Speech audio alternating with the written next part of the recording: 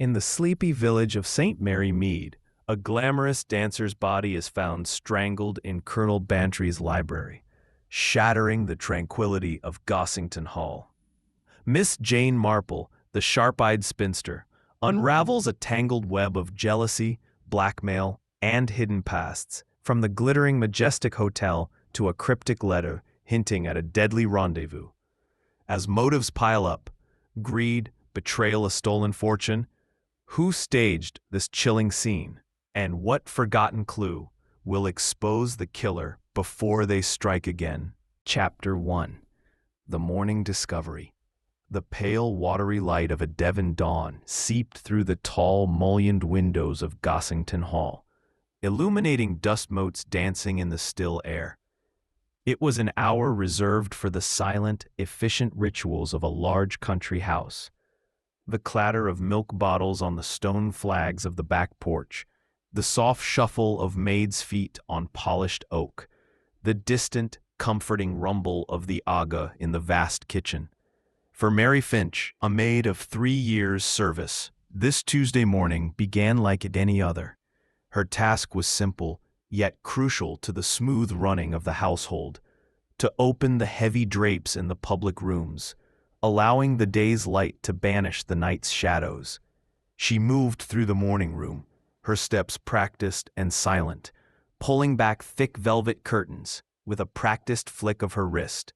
Sunlight, still weak and golden, flooded the space, glinting off the silver photograph frames on the mantelpiece.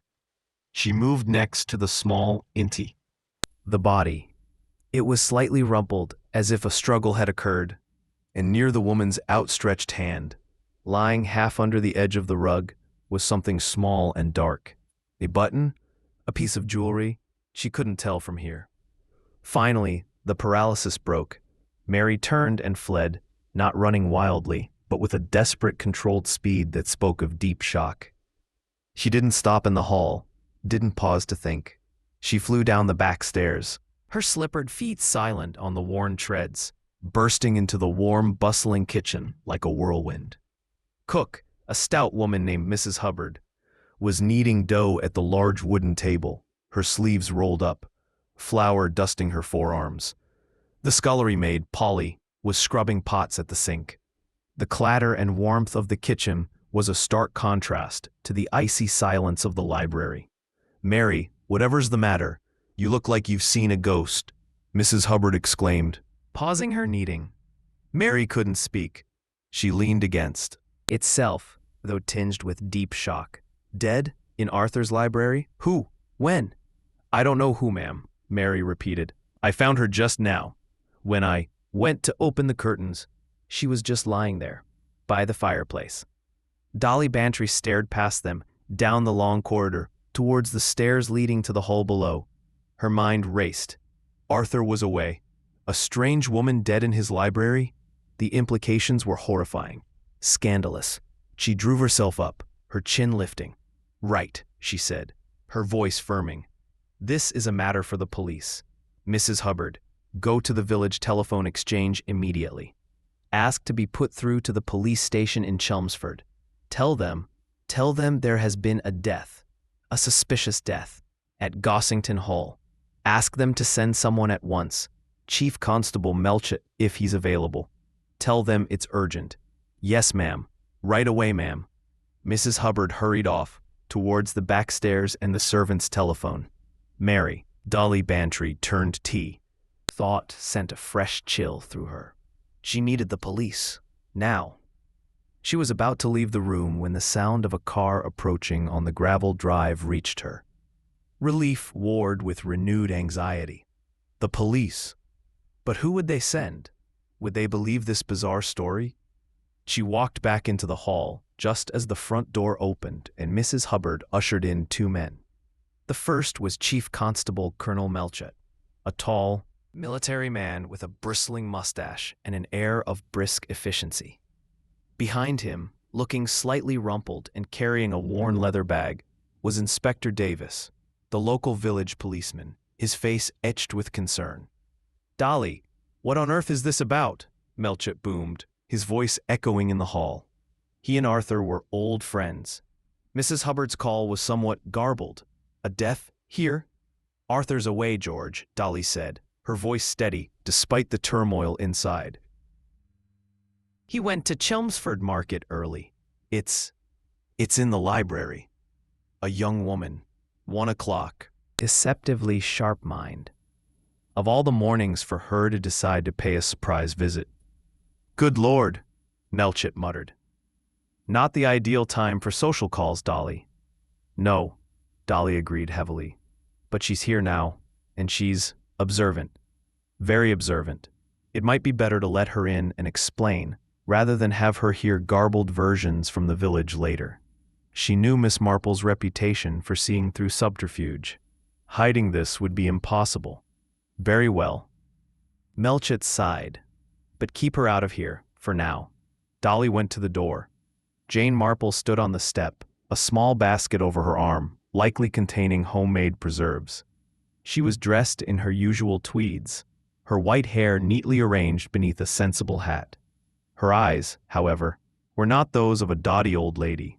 They were bright, alert, and missed nothing. Dolly, my dear, so sorry to call unannounced, Miss Marple began brightly. Not fallen, not pulled out, but pushed back at odd angles, as if someone had brushed against them heavily, or perhaps reached behind them. It was a tiny detail, easily overlooked amidst the horror of the body. The police, focused on the immediate scene, the body, the rug, the glass, hadn't noticed it. Mary, in her shock, certainly hadn't.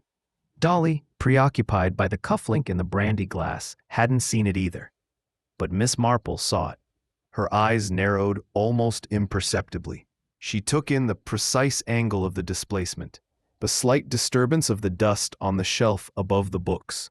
Something had been hidden there, or removed, recently. It was a subtle clue, a whisper of a secret amidst the shouting horror of the corpse. Her mind, ever drawing parallels to village life, the hidden love letters, the misplaced heirlooms, the petty concealments that masked greater sins, immediately flagged it as significant. She stood there for perhaps 10 seconds, absorbing the scene. The details, the atmosphere. Then she stepped back, turning to face Melchett and Dolly. Her expression was one of profound sympathy, but her eyes held a new, focused light. Poor young thing, she murmured softly. So very tragic, and so unexpected, here in this quiet house. She looked at Dolly. My dear, you must be in shock. Let me make you a cup of tea. Proper tea, not that muck cook sometimes brews. And perhaps a little something in it. Brandy, perhaps? Colonel Melchett, I'm sure you could do with one too. This is a dreadful shock for everyone. Melchett was about to refuse, but Dolly clutched Miss Marple's arm. Oh, Jane, yes, please. Tea would be wonderful. The normalcy of the offer was a lifeline. Excellent, Miss Marple said firmly, already steering Dolly towards the morning room. We'll leave Colonel Melchett to his duties. Come along, Dolly. She cast one last, brief, almost imperceptible glance back towards the library, specifically towards the disturbed bookshelf, before guiding her friend away. Melchett watched them go, shaking his head slightly. Miss Marple, always inserting herself. Still, she'd kept her word, stayed at the doorway, and hadn't interfered. He turned back to the library, barking orders for Davis to secure the scene and await the doctor and the forensic team from Chelmsford. He walked over to the bookshelf Miss Marple had glanced at. He saw nothing amiss. Just books. He dismissed it, his mind already on the victim's identity, the missing shoe, the brandy glass, the possible connection to the Majestic Hotel. The bigger picture, but Miss Marple, settling Dolly Bantry onto a sofa in the bright morning room and efficiently ordering tea from a wide-eyed Polly, was already turning the small forgotten detail over in her mind. Those two books, pushed back at that specific angle, it wasn't random, it was deliberate, it was a clue that had nothing to do with strangulation, or brandy glasses, or hotels. It was a clue about concealment, a bow, about something hidden in plain sight. in the heart of the colonel's library. And it was a clue that everyone else, overwhelmed by the body, had completely overlooked. As the kettle whistled in the distance, Miss Marple's quiet, relentless mind began to weave the first fragile threads of a solution, starting not with the victim, but with the secret hidden behind the history books on the shelf. The body was the shock. The displaced books were the key. And Miss Marple, with her lifetime's experience of human nature and its capacity for deception, had found the first forgotten clue. Chapter 2. A Web of Suspects. The sun, now climbing steadily towards its zenith, poured through the tall windows of Gossington Hall's morning room, transforming the usually serene space into a hive of controlled chaos. Colonel Melchett had commandeered it as his temporary headquarters. The delicate Chippendale chairs, usually occupied by Dolly Bantry and her guests, now held the stiff forms of Inspector Davis and a young constable taking notes. The air, thick with the scent of expensive polish and the faint, lingering aroma of Miss Marple's strong tea, crackled with tension. Chief Constable Melchett stood before the empty fireplace, his back ramrod straight, his bristling mustache seeming more pronounced than usual. He held a thin file, already containing the preliminary findings from the library and Mary Finch's initial, trembling statement. Dr. Haydock, the local GP, had confirmed death by strangulation, estimating time of death between midnight and 2 a.m. The body had been removed. Miss Marple, he said, his tone carefully neutral. You observed the scene briefly. Anything you recall that might be pertinent? Anything at all that seemed out of place? Miss Marple looked up, her expression one of gentle, slightly flustered concern. Oh dear me, Colonel Melchett. It was all so dreadfully shocking, wasn't it? Poor young thing. So very tragic. She paused, her needles stilling for a moment. One small thing, perhaps. It struck me as rather odd at the time, though I'm sure it's nothing. The books, on the shelf above the fireplace. Melchett frowned. Books? What about them? Well, Miss Marple said, her voice dropping slightly, as if sharing a confidence. There were 2 large volumes, histories, I believe, pushed back rather awkwardly on the shelf, not neatly aligned like the others, as if someone had perhaps brushed against them forcefully or reached behind them. It seemed a curious detail amidst the other horror. She resumed her knitting, the click-clack, the cliffs overlooking the sea. Its Art Deco lines, gleaming chrome, and plate glass windows seemed jarringly out of place against the rugged Devon coastline. Inside, the air was thick with the scent of expensive perfume, cigarette smoke, and nervous anticipation. News of Ruby Keane's death had spread like wildfire, transforming the normally vibrant lounge into a sea of hushed whispers and furtive glances. Melchett, Davis, Miss Marple, and a stony-faced constable were ushered into the manager's opulent office.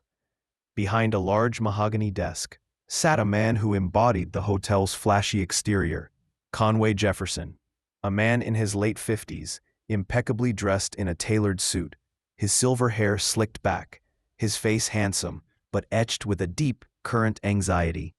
Beside him stood a younger woman, perhaps 30, with sharp features, impeccably styled dark hair, and an air of brittle composure that seemed strained to breaking point.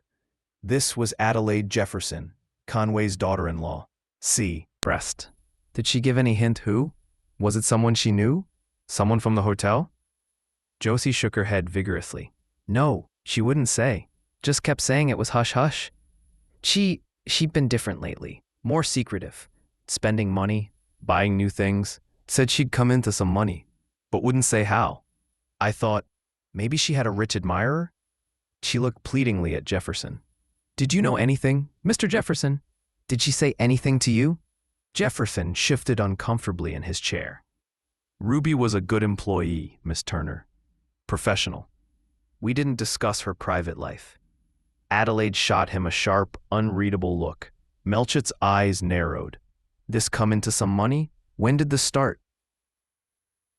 A few weeks ago, maybe a month, Josie sniffled. Suddenly she had cash for new dresses, perfume.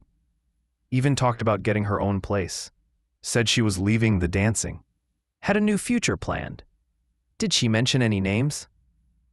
Anyone she was seeing? Anyone who might be P. Hairpins and used tissues, but something caught her eye. Tucked half under a large powder compact was a small, folded piece of paper. It looked like a ticket stub. While Davis was searching the wardrobe and Melchett was questioning Josie about Ruby's recent spending, Miss Marple moved silently to the vanity. With a quick, deft movement, she plucked the paper from its hiding place and unfolded it. It was a ticket stub for the late showing at the Chelmsford Odeon Cinema. From last night, the film had started at 11:45 p.m. How very interesting, Miss Marple thought. Ruby left the Majestic at 11:30 to meet someone. The cinema in Chelmsford is at least a 20-minute drive away. She couldn't possibly have made an 11:45 showing. Unless she wasn't going to the cinema, or the ticket wasn't hers, or it was a ruse. She carefully refolded the stub and slipped it into her knitting bag. It was a small inconsistency, but in Miss Marple's experience, it was the tiny inconsistencies that unraveled. Adelaide's brittle control, Josie's genuine grief and confusion, the valuable diamond pendant hidden amongst cheap stockings, the impossible cinema ticket, and the suspects, the infatuated pianist, the charming dance host, the invalid son who watched Ruby too closely, the wealthy Conway Jefferson with his secret scratch and his sudden interest in Ruby's private life. So many threads, indeed, but one image kept returning, sharper than the rest. Those two large history books, pushed back awkwardly on the shelf in Gossington Hall library. It wasn't just a brush. It was deliberate, a hiding place, or a retrieval point. What had been hidden there, or taken? And who knew about that hiding place? Only someone familiar with the house, someone who could move unseen in the night, someone who might have lured Ruby Keene to Gossington Hall under false pretenses, using the promise of money or a future, only for it to end in violence beside a cold fireplace. Miss Marple sighed softly, a sound lost in the cry of the gulls. The body was the shock, the Majestic was the noise, but the key, she felt with growing certainty, lay hidden in the quiet, book-lined sanctuary of Gossington Hall's library. The forgotten clue wasn't just the displaced books, it was what their displacement signified. A secret concealed in the heart of the house, a secret worth killing for. And somewhere in the tangled web of suspects and alibis, someone knew exactly what that secret was. Her task was to find the pattern, the human flaw, the village parallel that would reveal the killer before they struck again to protect their hidden truth. The sun beat down, but Miss Marple felt a familiar chill of anticipation. The hunt had truly begun. Chapter 3, Shadows of the Past. The Devonshire lanes, bathed in the soft, honeyed light of a late summer afternoon, wound their way towards St. Mary Mead like sleepy green serpents. Inside the comfortable, slightly shabby interior of the local bus, Miss Jane Marple sat bolt upright, her gaze fixed on the passing hedgerows, though her mind was far from the nodding foxgloves and buzzing bees. The events at Gossington Hall and the Majestic Hotel swirled in her thoughts. The displaced books, the impossible cinema ticket, the diamond pendant, the anxious faces of Conway Jefferson and his brittle daughter-in-law Adelaide, the grief of Josie Turner, the unsettling presence of the invalid Mark Jefferson. It was a tapestry woven with threads of greed, secrecy, and violence. But Miss Marple sensed an older, deeper pattern beneath the modern glitter of the Majestic, a pattern rooted in the very soil of Gossington Hall itself. She disembarked at the village green, the familiar site of the ancient. Wasn't quite so simple. That she'd discovered something valuable, or something shameful, and that she'd been paid off or silenced. Miss Hartnell leaned forward, conspiratorially. The story goes that Colonel Bantry Sr. returned home to find the woman gone, and a significant sum of money missing from his desk. But it was never proven. Too embarrassing for the family. The girl was never heard from again. Miss Marple's eyes sharpened. Vanished? Money missing? And this happened in the library? Precisely. Miss Hartnell nodded vigorously. The desk was in the library, of course. And the rumor mill suggested the girl might have hidden something, perhaps letters, or proof of whatever she'd discovered, somewhere in the room before she left. Behind the books was always a favorite hiding place in such houses, especially large, heavy volumes that weren't often moved, like those history books you mentioned. She looked at Miss Marple with sudden intensity. Do you think?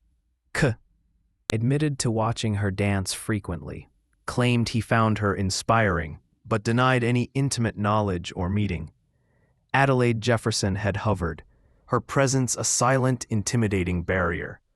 The valuable diamond pendant found in Ruby's room remained the most tangible link to a motive, greed. Melchett was now in the morning room with Dolly Bantry, going over the forensic reports. The brandy glass had yielded only Arthur Bantry's prints and Mary Finch's from cleaning. The cufflink Dolly had noticed was identified as a distinctive onyx shield design, commonly sold in high-end London jewelers. Not unique, but expensive. No prints. The scent in the library remained unconfirmed, though cyanide was considered unlikely given the cause of death. The cinema ticket is the real puzzle, Melchett muttered, tapping the evidence bag containing the stub. Chelmsford Odeon, 11:45 p.m. She leaves the Majestic at 11:30. Impossible. So why did she have it?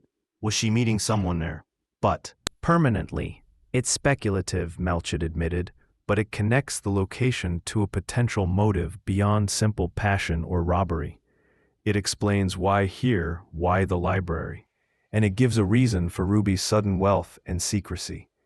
He stood up, energized. Right. We need to look at that bookshelf again. Properly this time. And we need to find out everything we can about Celeste Dubois, her background, her connections, and Jefferson's early business history. See if there's any overlap. He turned to Dolly. Dolly, I need to know if Arthur ever mentioned Celeste Dubois, or if there are any old papers, diaries, anything belonging to his father that might reference her. Locked away in the attic, perhaps? Dolly looked startled. Celeste Dubois? I don't think Arthur ever mentioned her. His father rarely spoke of the war years. Arthur was sent away to school soon after. But there are some old trunks in the attic, belonging to his parents. Arthur always said they were just personal. Pages, the early entries were mundane, true-up movements, weather, letters from home. Then, in the late spring of 1917, the tone changed. May 12th. Troubling news from home. Mother writes that the new companion, Celeste Dubois, is proving unsatisfactory, inquisitive. Found her in my study today, claiming she was dusting. Near the desk. Locked, of course, but still unsettling. Her background checks seem incomplete. Her references in Montreal were vague. Mother insists she stays for the season. A mistake, I fear. May 28th. More worry. Mother reports money missing from her petty cash. Small amounts, but consistent. Celeste denies any knowledge. Her behavior is erratic. Flirtatious one moment, sullen the next. I fear she is not what she seems. I have instructed Mother to keep a closer eye. June 15th. Disaster. Mother telegraphed this morning. Celeste Dubois has vanished. Disappeared in the night. Taking a significant sum, £500, from the locked drawer in my desk in the library. Moth. Well, Miss Marple, your ancient gossip seems to be turning into the most promising lead we have. The past isn't just prologue here, it's the blueprint. Miss Marple gave a small, sad smile. Human nature doesn't change much, Colonel Melchett. Greed, fear, the desire to protect one's reputation or fortune, these are constants. The methods change, but the sins remain the same. Celeste Dubois paid the price for discovering a secret decades ago. Ruby Keene paid the price for rediscovering it. We need to find out what that secret was, and who is still desperate enough to kill to keep it buried. The shadows lengthened outside Gossington Hall, stretching long fingers across the manicured lawns. Inside, the weight of history pressed down, a tangible presence in the rooms where secrets had been whispered, thefts committed, and now, murder done. The investigation had shifted from the bright lights of the majestic to the dusty corners of the past, and Miss Marple, with her uncanny understanding of the unchanging patterns of human folly, felt they were finally closing in on the hidden truth. The clue wasn't just forgotten. It was a ghost, and its shadow had fallen across two women, decades apart. The question now was, whose ghost was it, and who would be its next victim? The satisfying end to this chapter wasn't resolution, but the chilling certainty that the past was very much alive, and the killer was walking amongst them, protected by layers of time and silence. Chapter 4. The second body, the discovery of Colonel Bantry Sr.'s diary, had transformed the investigation at Gossington Hall. The air, once thick with the shock of Ruby Keane's murder, now crackled with the electric tension of a past crime bleeding into the present. Chief Constable Melchett, initially dismissive of Miss Marple's historical forays, now found himself consumed by the implications. The £500 theft in 1917, the mysterious Celeste Dubois, the damning personal papers, it was no longer just about a dead dancer. It was about a secret buried for decades, a secret worth killing for twice. Melchett had immediately dispatched Inspector Davis to Exeter with two urgent tasks: delve into Conway Jefferson's early business history with forensic precision, and discreetly investigate any potential links between Jefferson and the Bantry family or Celeste Dubois herself. The diamond pendant found in Ruby's room was sent to a specialist in London for valuation and possible historical provenance. The attic and library were declared off-limits, guarded by a stony-faced constable, while forensic experts meticulously combed the hidden compartment behind the history books for any residual fibers, fingerprints, or microscopic clues missed in the initial sweep. Miss Marple, however, felt the investigation was becoming too focused on the what and when, neglecting the who and why in the present. The diary confirmed the historical theft and hinted at damaging papers, but it didn't name the contemporary blackmailer or killer. Ruby Keane had found something, but who realized she'd found it? And how? The answer, she suspected, lay not in dusty ledgers, but in the living, breathing network surrounding the majestic hotel and Ruby's final days. She decided to pay another visit to the majestic, not to the glittering public areas, but to the utilitarian heart of the establishment, the staff quarters and the back offices. Armed with a plausible excuse delivering a forgotten book of knitting patterns to Adelaide Jefferson, whom she knew disliked idle hands, Miss Marple gained access to the service areas. The contrast was stark. The public face was Art Deco glamour. The back was a maze of linoleum corridors, clanging pipes, and the scent of bleach and boiled cabbage. She found Adelaide Jefferson not in her suite, but surprisingly in a small, cluttered office adjoining the hotel's archives room. Adelaide was not alone. Seated opposite her, looking flustered and holding a sheaf of old invoices, was a young woman Miss Marple hadn't seen before. She was perhaps 25, dressed sensibly in a tweed skirt and practical blouse, her hair pulled back in a severe bun. She wore spectacles and had an intense, earnest expression. "And these are the last of the pre-war records, Mrs. Jefferson," the young woman was saying, her voice clear and precise. "The 1938 to 39 accounts are incomplete, as you know. There's a gap of almost 3 months where the ledgers seem to have been misplaced or removed." Adelaide looked up, her usual brittle composure replaced by a flicker of annoyance. "Removed? Miss Reeves, we do not lose hotel records. They are archived. Systematically. This gap is inconvenient." Miss Marple cleared her throat softly. "Mrs. Jefferson? Forgive the intrusion. I brought the patterns you requested." She held out a small, cloth-bound book, Adelaide's eyes widened slightly in surprise, then narrowed. Miss Marple? How? Unexpected. Thank you. She took the book without looking at it. Miss Reeves, this is Miss Marple. Miss Marple, Pamela Reeves. Miss Reeves is a postgraduate student from Exeter University. She's assisting with some historical research into the hotel's early operations. For a thesis, I believe. Adelaide's tone made it clear she found the thesis an intrusion. Pamela Reeves stood politely. How do you do, Miss Marple? Delighted, Miss Reeves. Miss Marple replied, her sharp eyes taking in the young woman's earnest face, the ink stains on her fingers, the stack of dusty ledgers. Historical research? How fascinating. What period particularly interests you? The founding years, mostly, Pamela replied, warming to the topic. The late 1930s. The transition from the original coastal guest house to the Majestic. The financing, the construction challenges. It's quite a story. Conway Jefferson was quite the visionary. Indeed, Adelaide said flatly. A visionary who requires accurate records. Which is why this gap, Miss Reeves, is so problematic. Late 1938. Crucial months. Where are those ledgers? Pamela flushed. I've checked every archive box, Mrs. Jefferson. Twice. They're simply not there. It's as if they vanished. Vanished.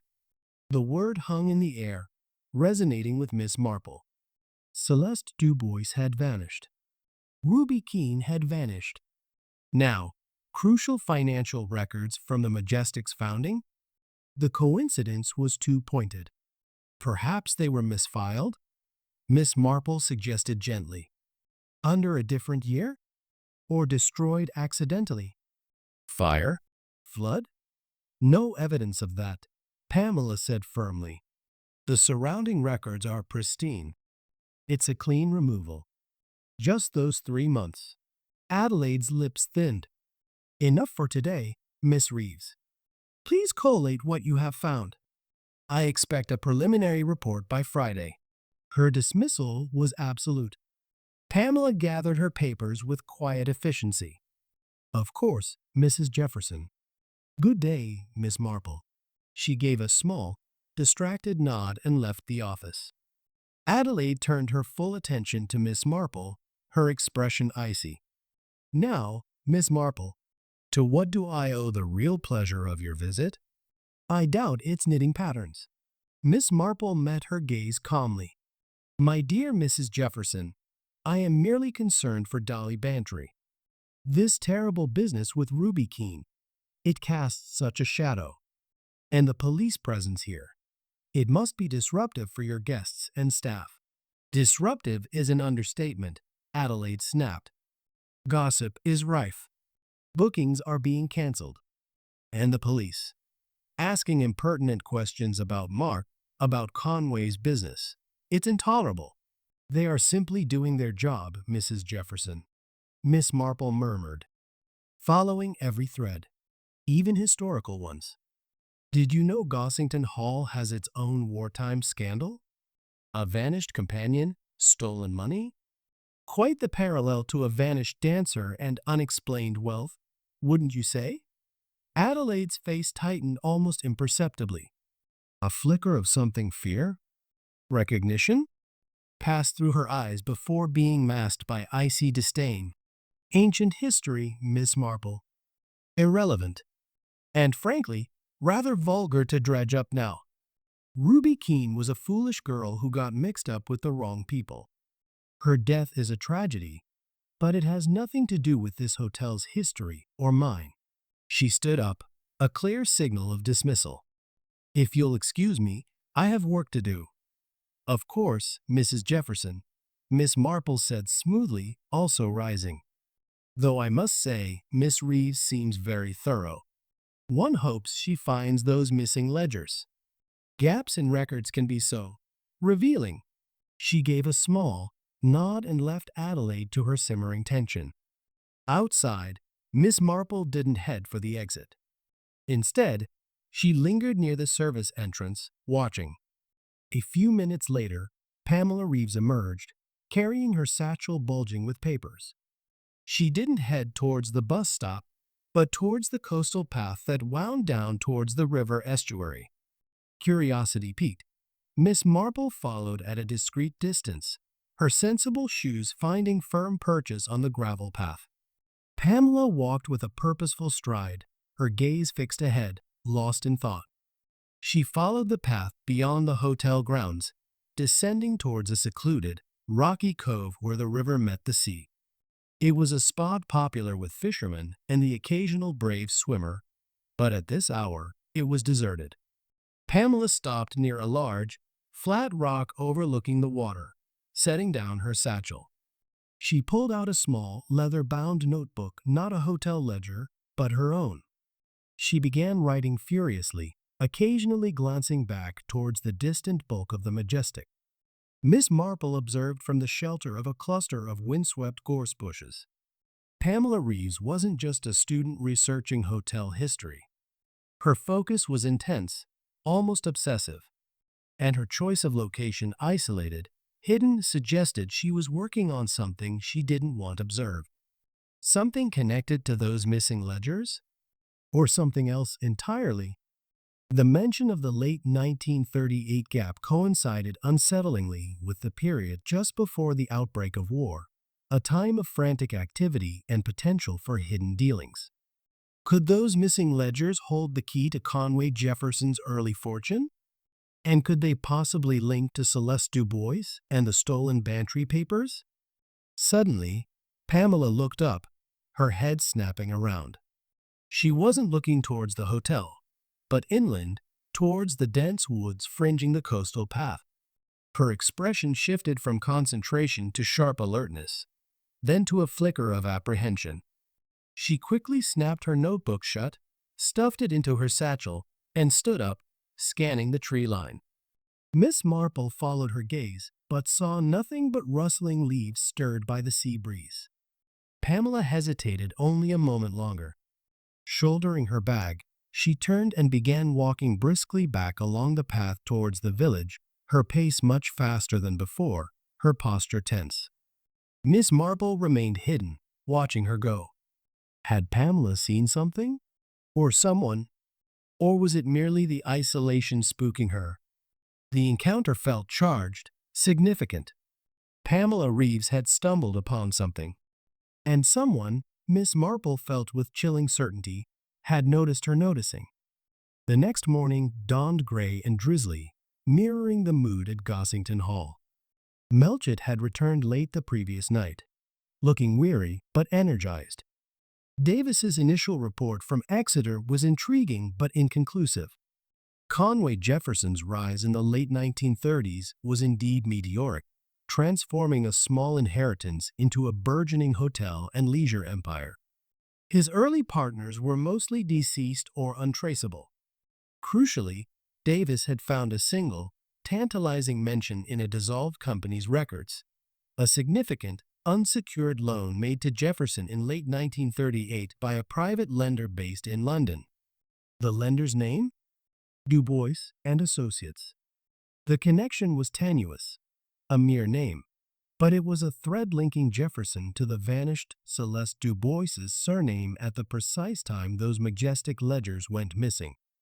Melchett was in the morning room, studying a map of the local coastline and marking locations, when a constable burst in, his face pale.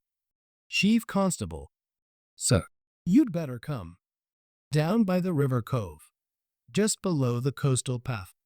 There's a body. A young woman." Melchett was on his feet instantly. "Where?" "Who?" "Near the old fishing huts, sir. Local fishermen found her. Looks like a fall? Or worse. It's Pamela Reeves, sir. The student from Exeter. The one helping at the Majestic." The name hit Melchett like a physical blow. Pamela Reeves. The earnest student researching the missing ledgers. The one Miss Marple had mentioned seeing yesterday. The connection was instantaneous, horrifying. Ruby Keene had found something historical. Pamela Reeves had been digging into the same period, the same potential financial irregularities. Had she found the proof Ruby hadn't lived to reveal? And had she been silenced for it? Davis. With me.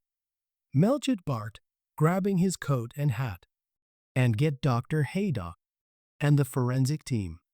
Miss Marple, he added, spotting her in the doorway. You'd better come too. You saw her yesterday. The scene at the cove was grim. Pamela Reeves lay crumpled at the base of a low, rocky cliff near the derelict fishing huts. The tide was out, leaving seaweed and detritus strewn across the shingle. Dr. Haydock was already kneeling beside the body, his expression grave. Pamela's satchel lay open a few feet away, its contents papers, notebooks, pencils scattered across the wet rocks.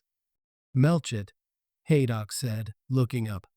No obvious signs of a struggle. No defensive wounds. But look here. He gently turned Pamela's head. A deep, ugly contusion marred her temple. That could be from a fall, but the angle's wrong. And see this? He pointed to a patch of disturbed earth and scuffed moss on the cliff edge directly above where Pamela lay. Looks like she was standing up there. Maybe slipped? Or he left the alternative hanging. Or pushed. Melchett finished grimly. He scanned the area. Any witnesses? Just the fisherman who found her, Davis reported, interviewing a weather-beaten old man nearby. He arrived around dawn. Saw the body, raised the alarm. No one else around. Miss Marple, standing slightly apart, wasn't looking at the body. Her gaze was fixed on Pamela's scattered belongings. She moved carefully towards the open satchel, her eyes scanning the papers. Most seemed to be hotel records, photocopies of invoices, notes in Pamela's neat hand. But one item caught her eye, a small, folded piece of paper, half hidden under a rock, as if it had fluttered there and been trapped. It wasn't hotel stationery. It was thicker, cream-colored. She knelt, using a handkerchief to pick it up without touching it directly. Unfolding it, she saw it was a page torn from a book. Printed text. Her eyes scanned it quickly. It was a list of names and dates. Guest names. And at the top, printed in elegant type, Gossington Hall Guest Register November 1917. Her breath caught. November 1917. The very month Celeste Dubois vanished. And this was a page from the Gossington Hall guest book? What was Pamela Reeves doing with it? Had she found it? Stolen it? And why was it torn out? She quickly scanned the names. Most were unfamiliar country squires, military men on leave. Then, near the bottom of the list, a name jumped out at her, written in a clear, bold hand. Monsieur A. Dubois, Montreal. And the date? November 10th, 1917. Just 2 days before Celeste Dubois's disappearance was noted in Colonel Bantry Sr.'s diary. Melchett, Miss Marple called, her voice sharp with urgency. Look at this. Melchett hurried over. She showed him the torn page. His eyes widened as he took in the details. Dubois? Montreal? November 1917? At Gossington Hall? But the diary said Celeste was the companion. No mention of a Monsieur Dubois visiting. Exactly, Miss Marple said, her mind racing. Celeste Dubois vanishes. 2 days before she vanishes, a Monsieur A. Dubois from Montreal signs the guest book at Gossington Hall. A relative? Her husband? An accomplice? And Pamela Reeves had this page. She must have found it. Where? In the majestic archives? Or here? She looked towards the distant, imposing shape of Gossington Hall perched on the cliff top. Could she have gone there, looking for more information? And someone followed her? Pushed her? The implications were staggering. If Monsieur A. Dubois was connected to Celeste, and Celeste stole the papers and money, then perhaps this visitor was involved in the theft or the silencing.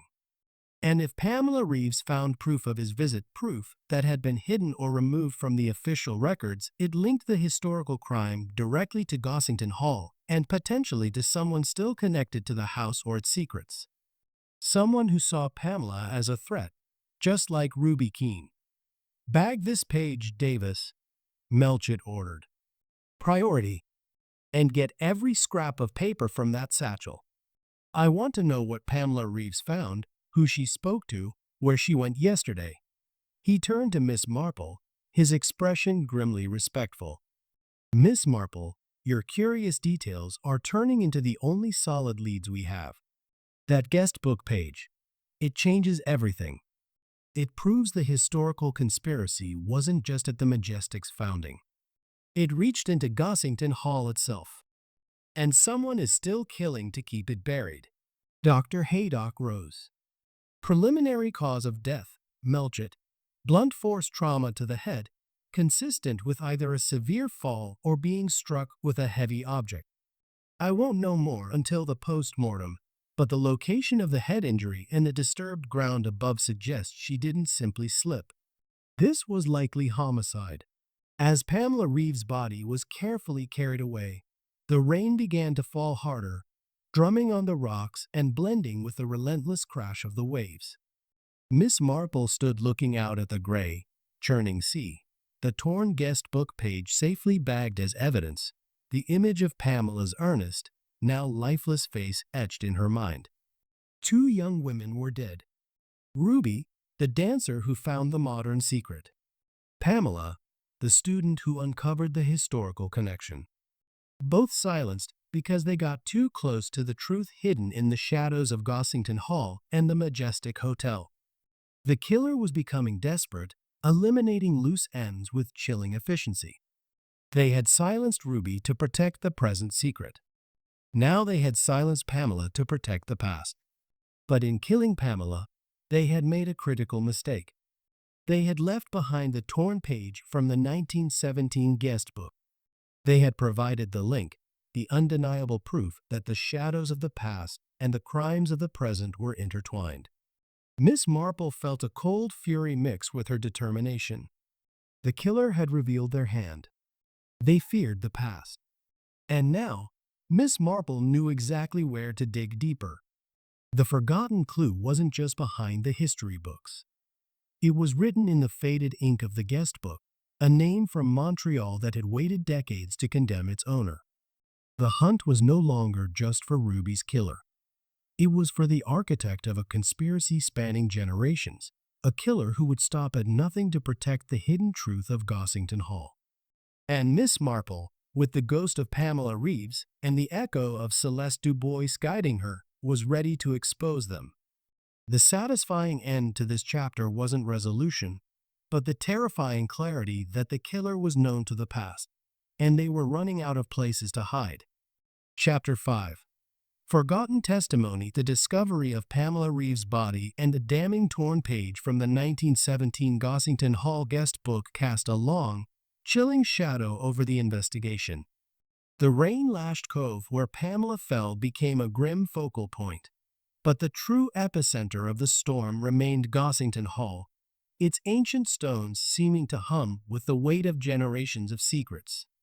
Chief Constable Melchett, faced with 2 murders linked by a thread of historical intrigue stretching back to the Great War, felt the pressure mounting.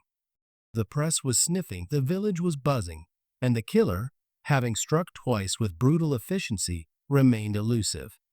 Miss Marple, however, felt a strange sense of grim clarity emerging from the chaos. Pamela's death, while tragic, had provided the crucial link. The name Monsieur A. Dubois, Montreal, inscribed in the guest book just days before Celeste Dubois vanished. It wasn't just coincidence. It was a deliberate entry, a piece of a puzzle someone had gone to great lengths to conceal, first by removing the page, then by silencing Pamela when she found it. But why forge an entry? What did it hide? Or reveal? The answer, she suspected, lay not in the Majestic's ledgers, but in the very fabric of Gossington Hall and the people who knew its secrets. She decided to revisit the scene of the original historical theft, Colonel Bantry Sr.'s study. Now Arthur Bantry's private domain, it was a room steeped in masculine tradition, dark wood, leather armchairs, the scent of pipe tobacco and old paper. Dolly Bantry, pale but resolute, granted Miss Marple access. "It's locked, Jane," Dolly said, producing a heavy brass key from her chatelaine. "Arthur always keeps it locked. He's protective of his father's things. Especially since all this started." She unlocked the door and stood back. "He's in Chelmsford again today, dealing with estate business. He won't mind you looking, I'm sure, under the circumstances." The study was immaculate, yet felt frozen in time. The large mahogany desk dominated the room, its surface clear except for a blotter, an inkstand, and a silver photograph frame. Behind it, floor-to-ceiling bookshelves held military histories, leather-bound classics, and rows of official-looking files. Miss Marple's gaze swept the room, not looking for anything obvious, but for the subtle signs of concealment or recent disturbance. She moved towards the desk, her eyes tracing the polished surface. "Dolly," she began softly, "when Colonel Bantry Sr. discovered Celeste Dubois had stolen the money and papers from this desk, he mentioned the lock was forced. Do you know if the lock was replaced afterwards?" Dolly frowned. "I'm not sure. Arthur never mentioned it. I suppose it must have been.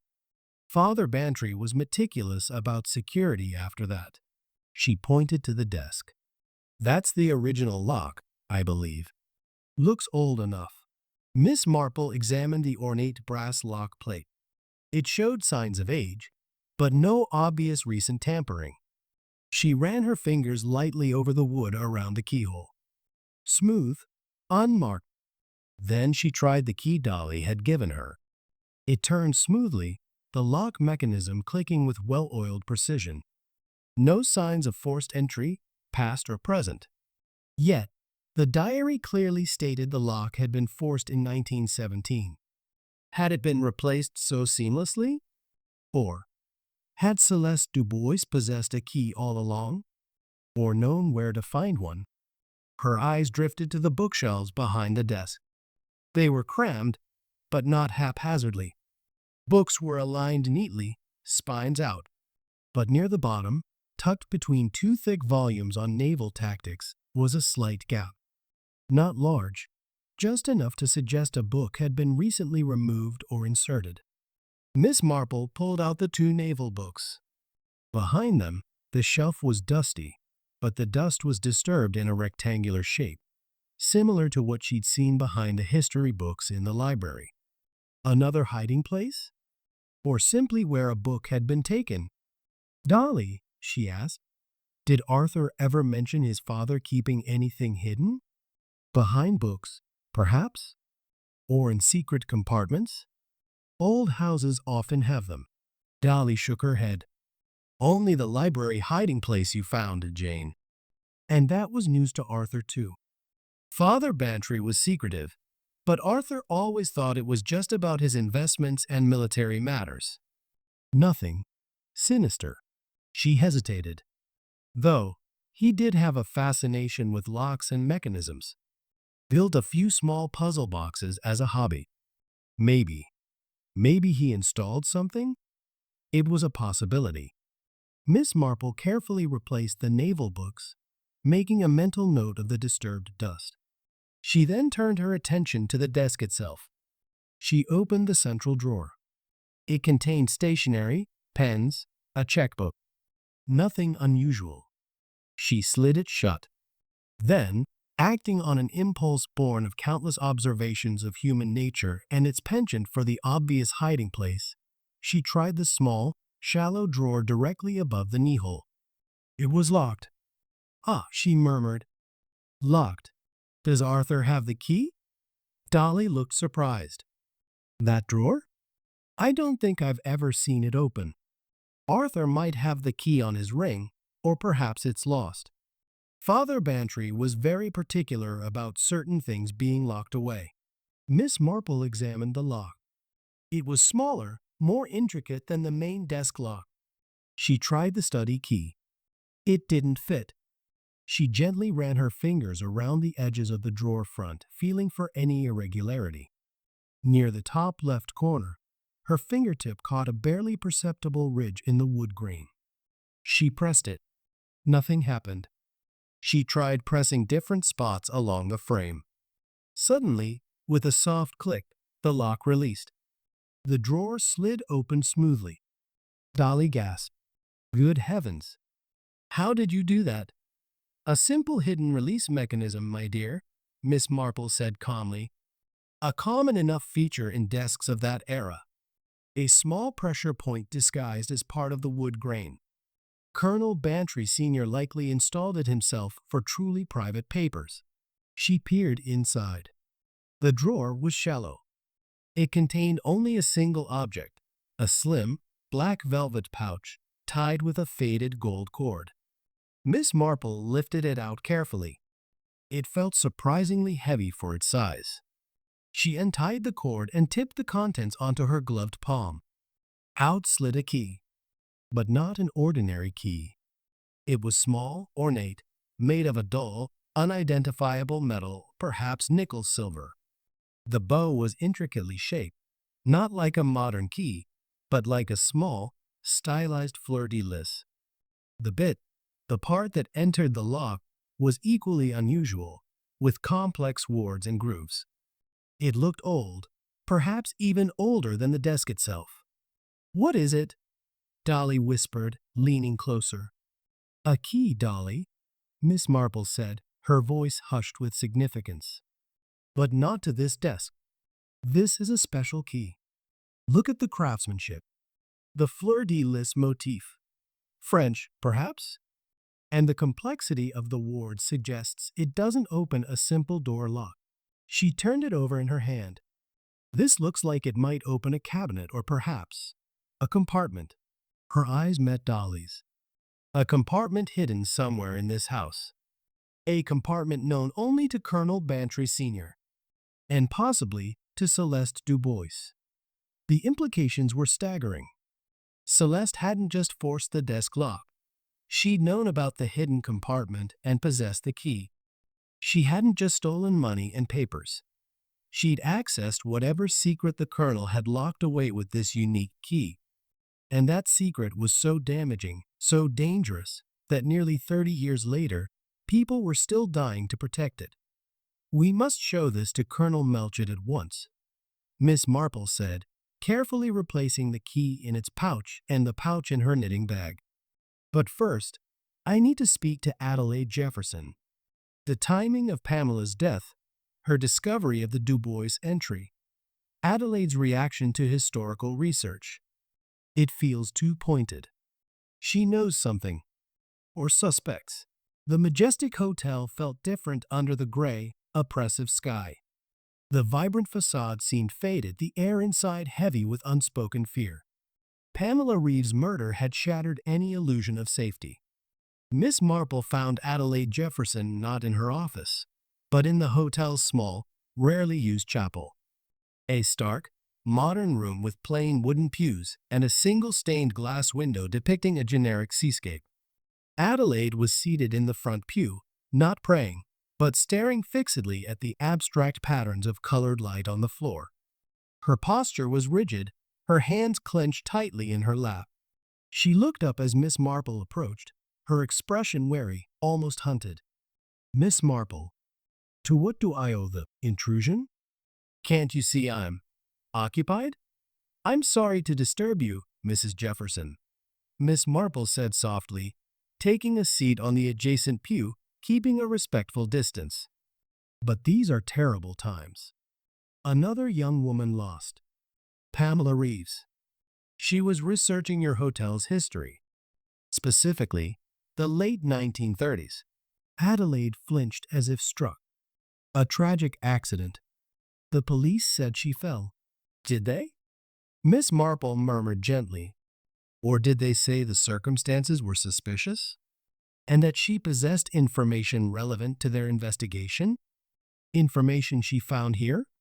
She let the silence hang for a moment. She found a page torn from the Gossington Hall guest book from November 1917. It bore the name Monsieur Du Bois, Montreal, signed just 2 days before Celeste Du Bois vanished from this very area, having stolen money and damaging papers from Gossington Hall. Adelaide's face drained of color. Her knuckles whitened further. I don't know what you're talking about. Guest books? Montreal? It's nonsense. Ancient history. Is it? Miss Marple pressed, her voice still soft but carrying an undeniable steel. Because Pamela Reeves was very interested in that history, and in the missing majestic ledgers from late 1938. The same year Conway Jefferson received a significant, unsecured loan from a firm called Du Bois and Associates, a firm that vanished shortly afterwards. A rather convenient vanishing, wouldn't you say?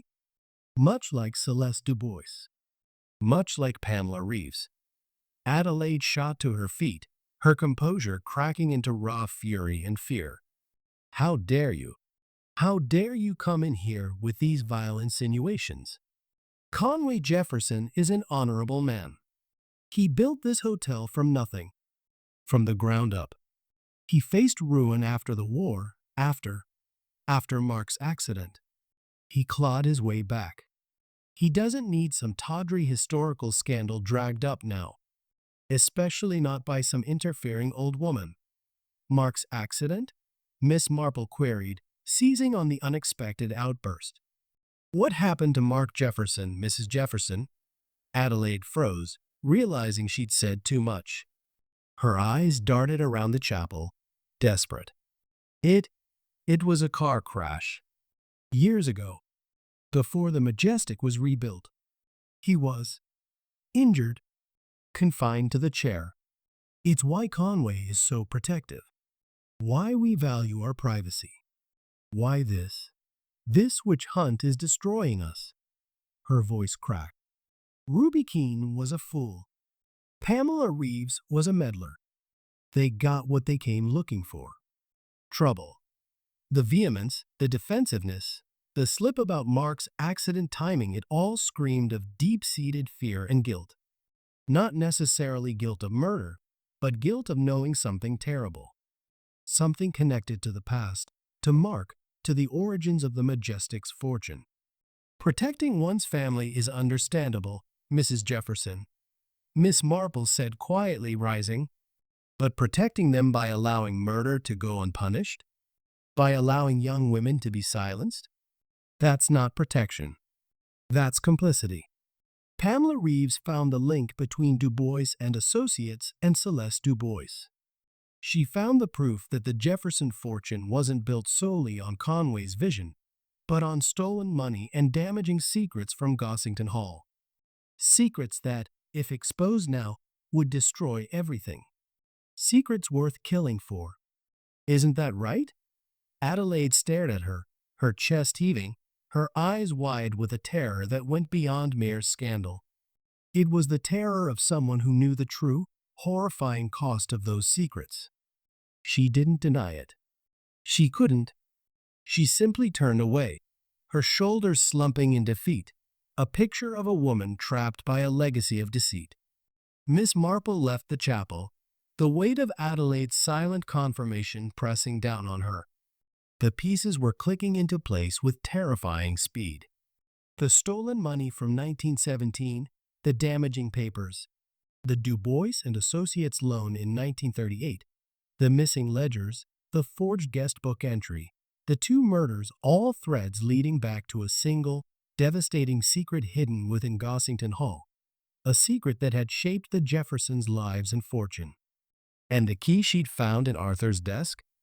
It was the physical manifestation of that secret. She hurried back to Gossington Hall, the ornate key a cold weight in her knitting bag. She found Melchett in the morning room, studying the forensic report on Pamela Reeves' belongings.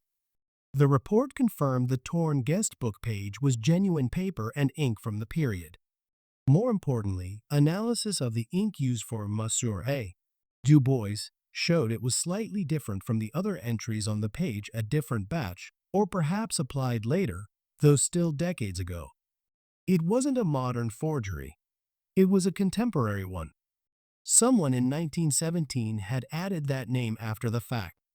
She found it, Miss Marple, Melchett said, looking up, his face grim. Pamela Reeves found the proof the entry was fake. That's why she was killed. She knew the Du Bois connection was manufactured. And I know why it was manufactured, Miss Marple said, her voice steady. She placed the black velvet pouch on the table. And I believe I have the key to finding out what it was hiding. Melchett opened the pouch, his eyes widening at the sight of the ornate key. Good God! Where did you get this? From a hidden compartment in Colonel Bantry Sr.'s desk, Miss Marple explained. A compartment opened by a secret catch. A compartment that held only this key. A key that doesn't fit the desk. A key that looks old, French-inspired, and complex. A key, I believe, that opens the hiding place where Celeste Du Bois placed the stolen papers and money. A hiding place within Gossington Hall itself. A place only she and the Colonel knew about. A place the killer needed to access after Ruby Keene found the original hiding place behind the history books. Melchett stared at the key, then at Miss Marple, the realization dawning. The library hiding place was a decoy? Or where Ruby found something that led her to the real hiding place? And the killer needed to get to the real place to retrieve the evidence before we found it? Precisely, Miss Marple nodded. Ruby found the compartment behind the books.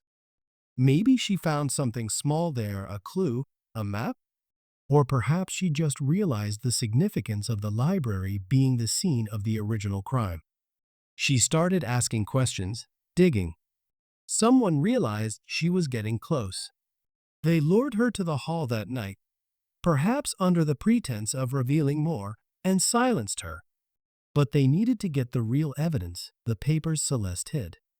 They used the key, retrieved the incriminating documents, and perhaps inadvertently disturbed the books in the process. Then Pamela Reeves started digging into the financial history, found the Du Bois loan link, and traced it back to the forged guest book entry. She became the next threat. So the killer has the key now? Melchett asked urgently. They accessed the real hiding place?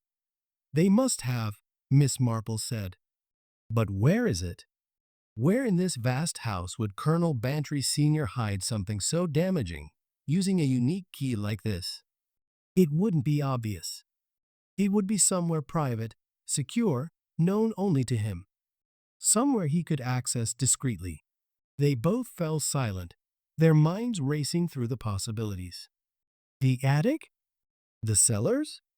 Behind a panel in the study? None felt quite right. The key was too ornate, too specific. It suggested something equally significant. His bedroom? Melchett suggested. Unlikely. Dolly would have noticed anything unusual there over the years. Miss Marple counted. It needs to be a place associated with him, with his privacy, but not necessarily where he slept. She thought back to her conversation with Dolly. He built puzzle boxes. He was fascinated by mechanisms. He loved his library. But we've already searched there thoroughly. Her eyes drifted towards the window, looking out over the grounds. What about somewhere outside? A garden shed? A folly? Too exposed, Melchett shook his head. He'd wanted secure, weatherproof. Suddenly, Miss Marple froze. An image flashed in her mind, not from the house, but from the majestic. Pamela Reeves walking towards the secluded cove. The derelict fishing huts.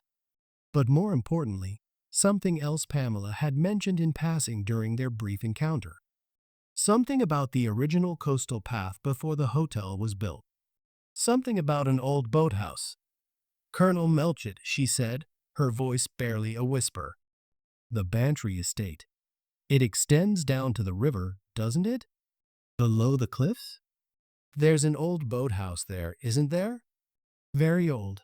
Built before the war? Melchett frowned. Yes. Down by the cove where she was found.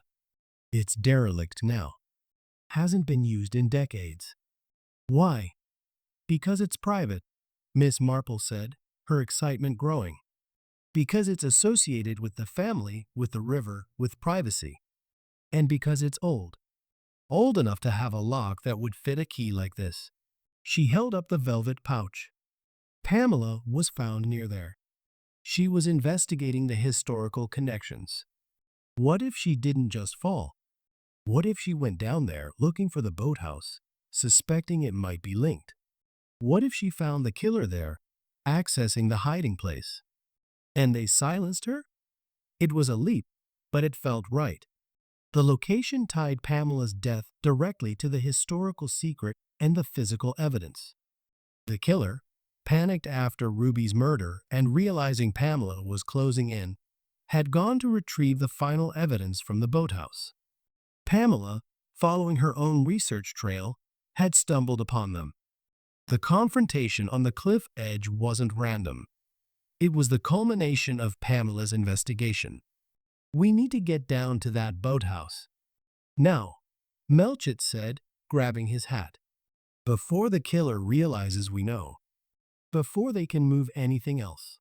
As they hurried out of the morning room, Miss Marple cast one last look around the room. Her gaze fell upon the small table where Dolly often placed fresh flowers. Today, there was a simple vase of white roses.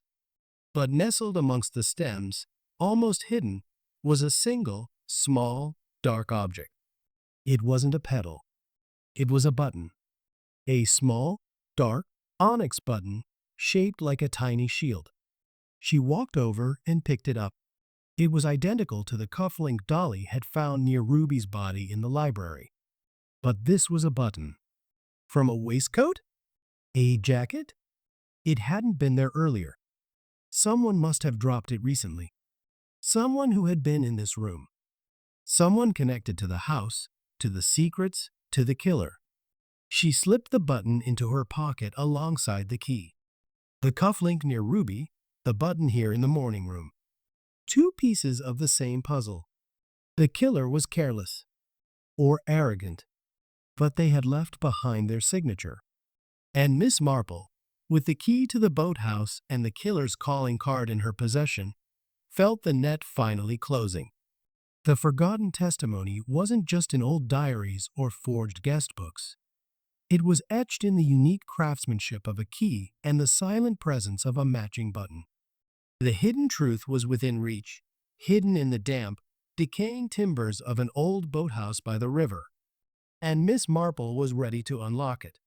The satisfying end to this chapter wasn't resolution, but the terrifying certainty that the final confrontation was imminent, and the killer's identity was tied to the very fabric of Gossington Hall.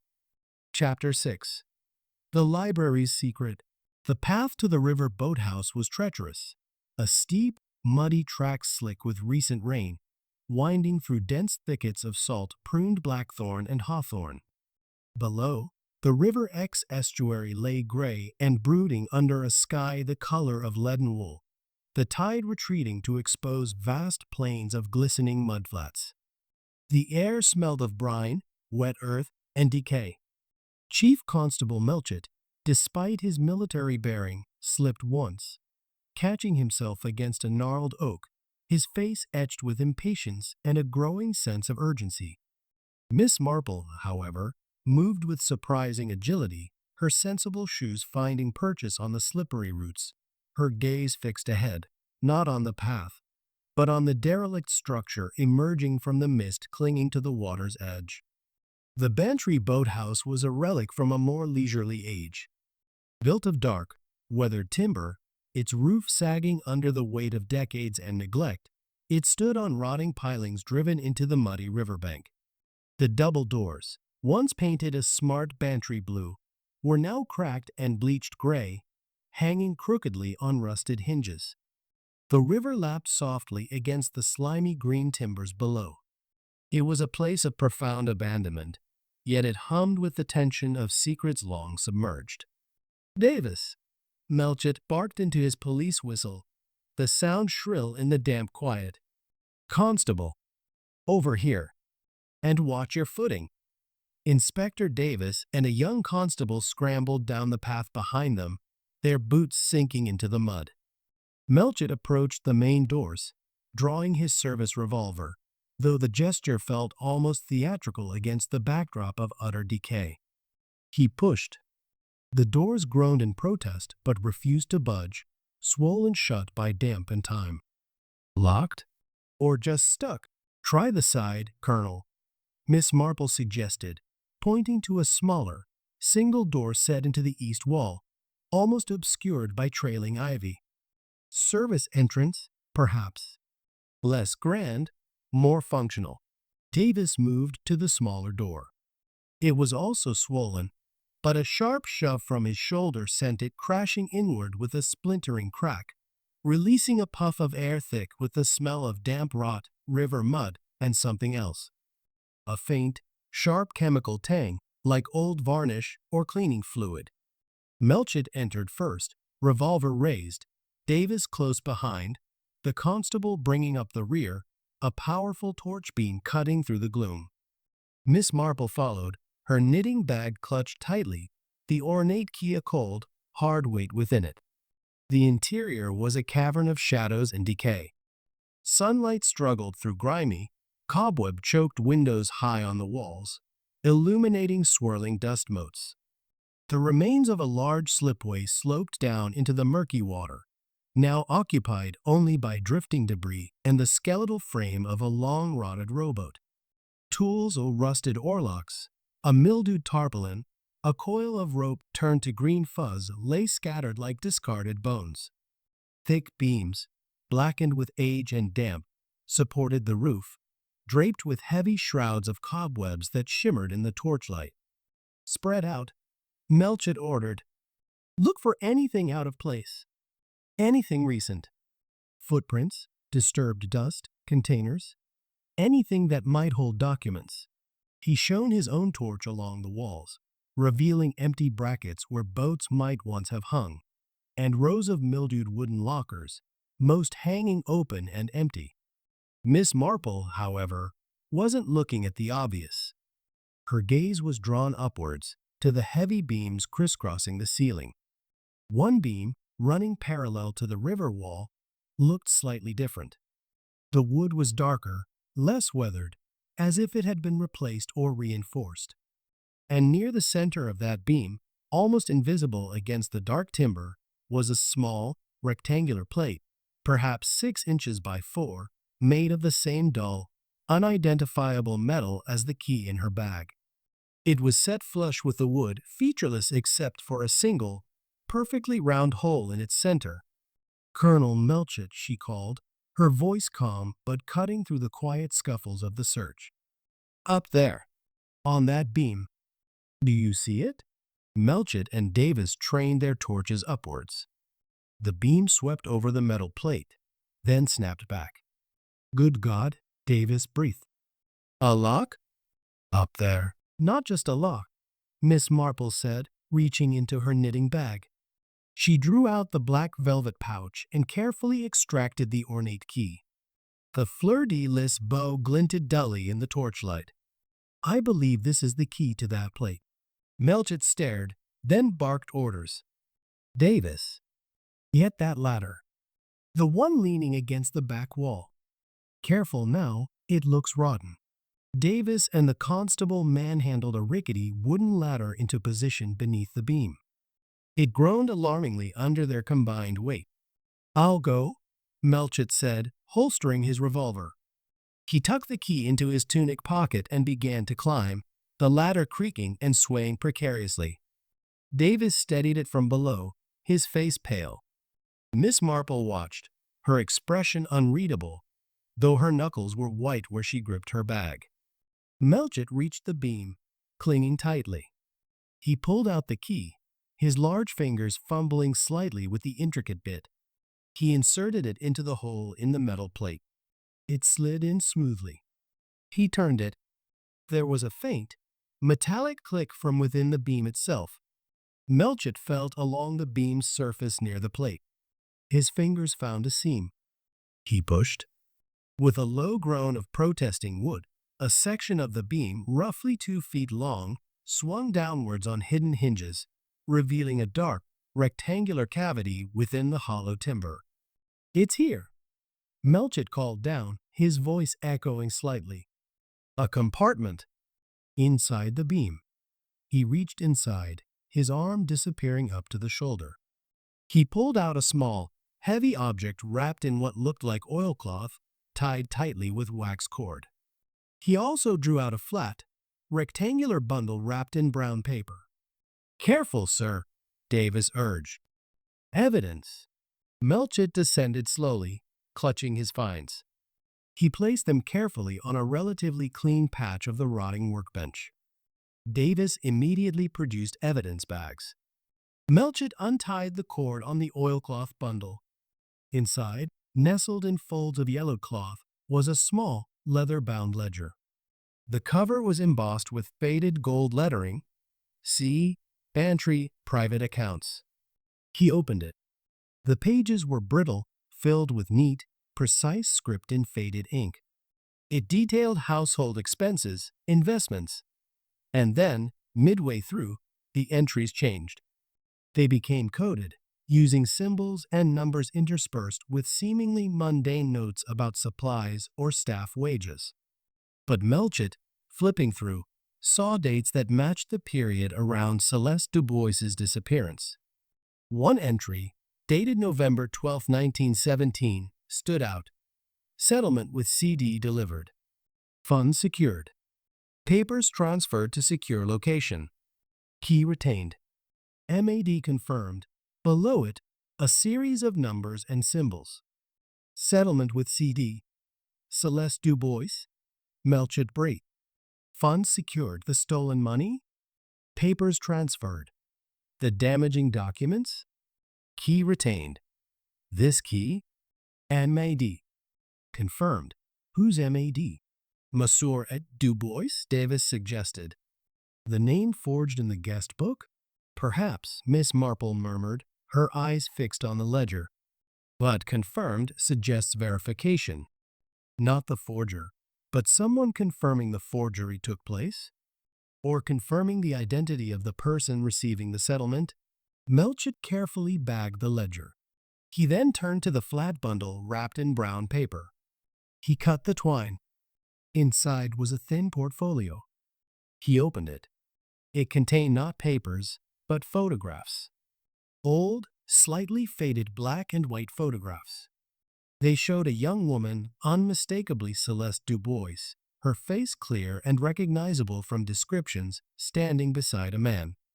The man was in his late 30s, perhaps early 40s, with sharp features, slicked back dark hair, and expensive, though slightly dated, clothing. He had a distinctive, rather cruel mouth and eyes that held a calculating intelligence. They were standing on the steps of what looked like a London club. The next photograph showed the same man talking earnestly with a younger version of Colonel Bantry Sr. outside the Gossington Hall library doors. The third photograph showed the man again, this time shaking hands with a much younger Conway Jefferson outside the half-finished shell of what would become the Majestic Hotel. The date written on the back in the same neat script as the ledger was October 1938. "My God," Davis whispered. That's Conway Jefferson. And the other man, who is he?" "That," Miss Marple said, her voice barely audible, "is Monsieur A. Dubois. Or rather, the man pretending to be him. The forger. The intermediary. The man who took Celeste Dubois's stolen money and papers, and later provided the crucial loan that saved Jefferson's embryonic hotel empire. The man who orchestrated the cover-up in 1917 and profited from it again in 1938. Melchett stared at the photographs, his mind reeling. The connection was undeniable, visual and damning. The same man linked to Celeste Dubois's disappearance, the forged guest book entry, and the founding of the Jefferson fortune. But who was he? And where was he now? More importantly, who knew about these photographs and the ledger? Who had killed to protect their secret? This changes everything, Melchett said, his voice grim. Jefferson didn't just get a loan from a mysterious Du Bois and Associates. He got it from the men who helped cover up the theft at Gossington Hall 20 years earlier. A man who used Celeste Du Bois, then profited from her silence, or her disappearance. And Jefferson knew exactly who he was dealing with. This wasn't just business. It was complicity in a historical crime. Complicity that would destroy him if it ever came out, Miss Marple added. Especially now, with his public image, his philanthropy. The revelation that his fortune was built on stolen money and a covered-up theft. It would be ruinous. Not just financially, but socially. Legally, perhaps, if the original theft could be proven. And Ruby Keene found out, Davis deduced. Somehow. Maybe she found the original library hiding place, found a clue that led her here? Or maybe she found something else that pointed to the connection. Pamela Reeves found the forged guest book entry and traced the Du Bois loan, Melchett continued. She was putting the pieces together. She must have suspected the boathouse, followed her research down here, and walked in on the killer retrieving this evidence. He gestured to the ledger and photos. That's why she was killed. To silence her before she could expose the link. But who retrieved the evidence after Ruby was killed? Miss Marple asked. And who killed Pamela? It has to be someone who knew about this hiding place. Someone who had access to the key, or knew where to find it. She reached into her pocket and pulled out the small, dark, shield-shaped button she'd found in the morning room at Gossington Hall. She held it up. And who wears buttons like this? And cufflinks like the one found near Ruby's body? Melchett and Davis stared at the button. It was identical to the cufflink. Expensive, Davis noted. Distinctive. The shield design. It's a family crest? Or a club insignia? Or a company logo? Melchett murmured, taking the button. He turned it over. On the back, almost invisible, were two tiny initials etched into the metal, CJ. C.J. Davis exclaimed. Conway Jefferson? It's his crest, Melchett said, his voice flat with dawning horror. The Jefferson family crest. His shield. I've seen it on his stationery. He looked from the button to the photographs of the young Jefferson shaking hands with the mysterious intermediary, then to the ledger detailing the cover-up. The pieces slammed together with sickening force. He knew. He always knew. About the 1917 theft, about Celeste Du Bois, about the forged guest book entry. He was part of it. He used the stolen money, laundered through that intermediary, to build his empire. And when Ruby Keene stumbled onto the trail and Pamela Reeves started digging, he silenced them. Both of them. But he's wheelchair-bound, Davis protested. How could he push Pamela Reeves off the cliff? How could he overpower Ruby Keene? Wheelchair-bound, yes, Melchett agreed grimly. But not helpless. And he has resources. People who depend on him. People who share his secret. People who would do anything to protect him and themselves. His gaze swept the decaying boathouse, then settled on Miss Marple. Adelaide. Miss Marple nodded slowly, her expression deeply sad. Adelaide Jefferson. She knew. She must have known. She was terrified of the past being exposed. She spoke of Mark's accident, of Conway clawing his way back after ruin. After Mark's accident. What if that accident wasn't an accident? What if it was connected? What if Mark discovered something? Or threatened to expose something? And Conway silenced him? Permanently? Leaving him dependent, trapped in the chair, a living symbol of the price of failure? A constant reminder to Adelaide of what Conway was capable of. It was a horrifying, yet chillingly plausible, scenario.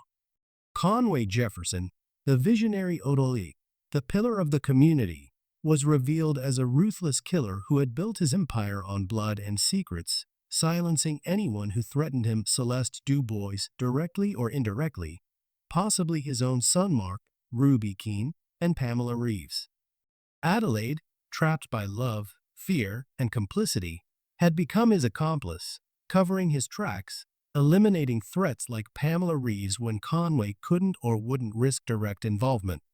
She pushed Pamela, Melchett stated, the certainty hardening in his voice. Conway sent her down here to retrieve the evidence after Ruby's death. Pamela, following her research, saw Adelaide, confronted her, and Adelaide pushed her.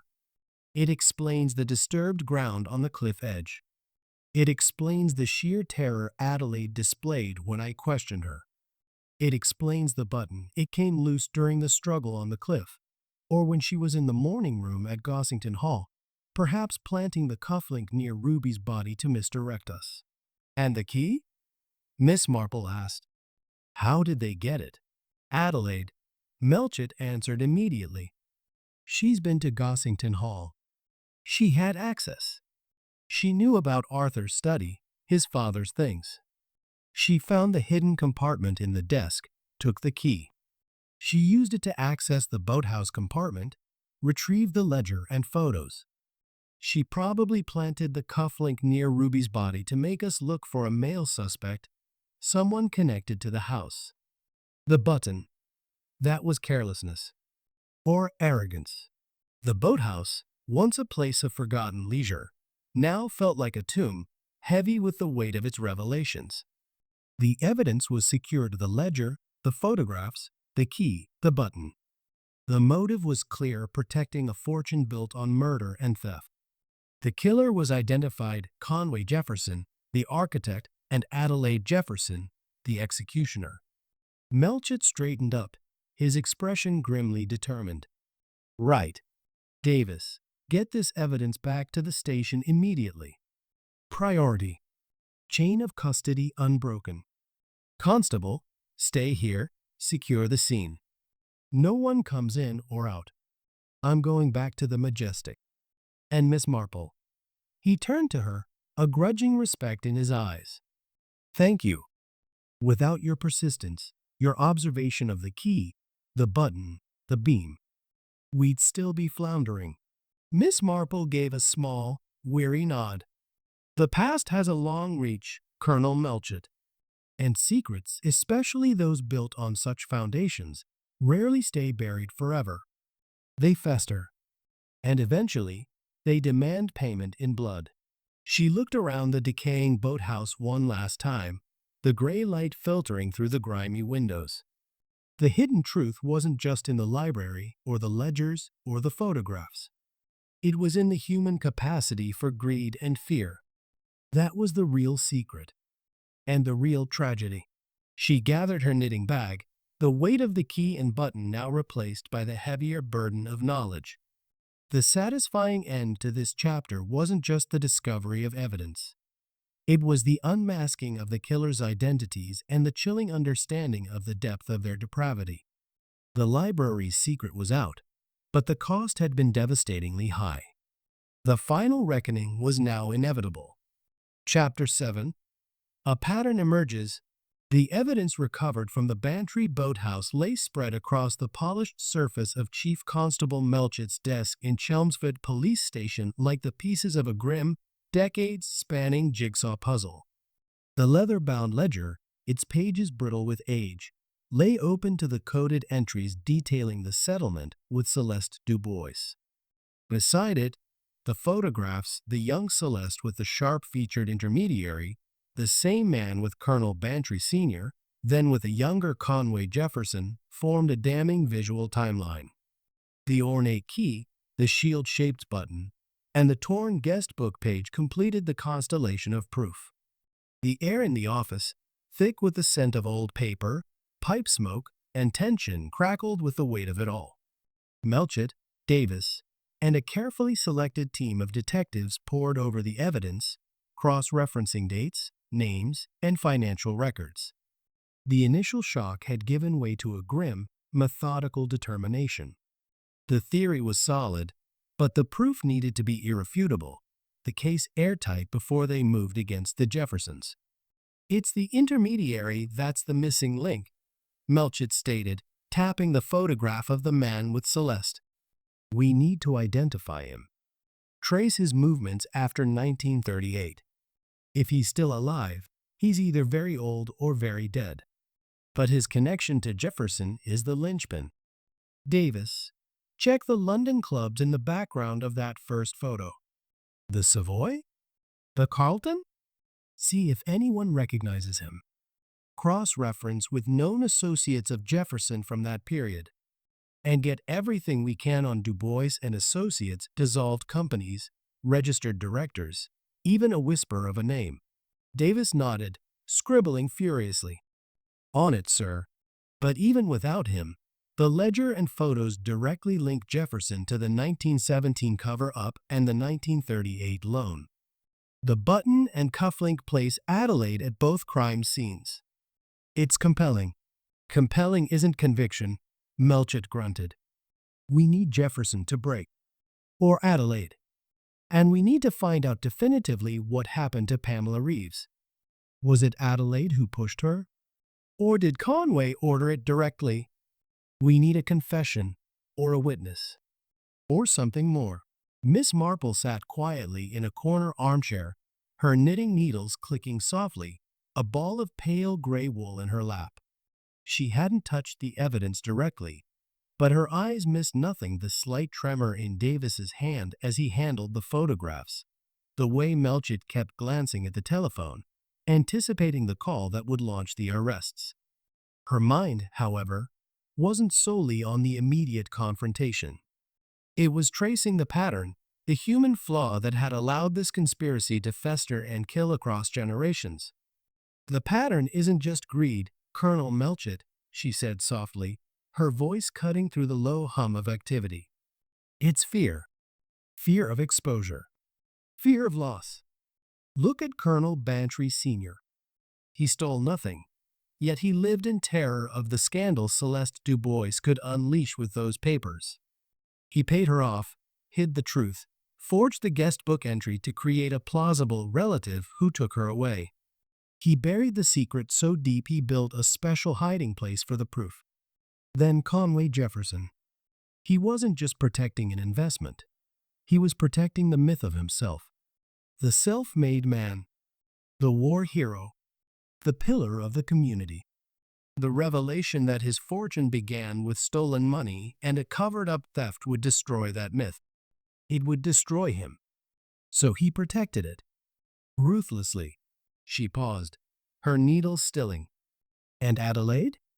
Her fear is more complex. Fear for Conway, certainly, but also fear for Mark. Fear of the life she's built crumbling.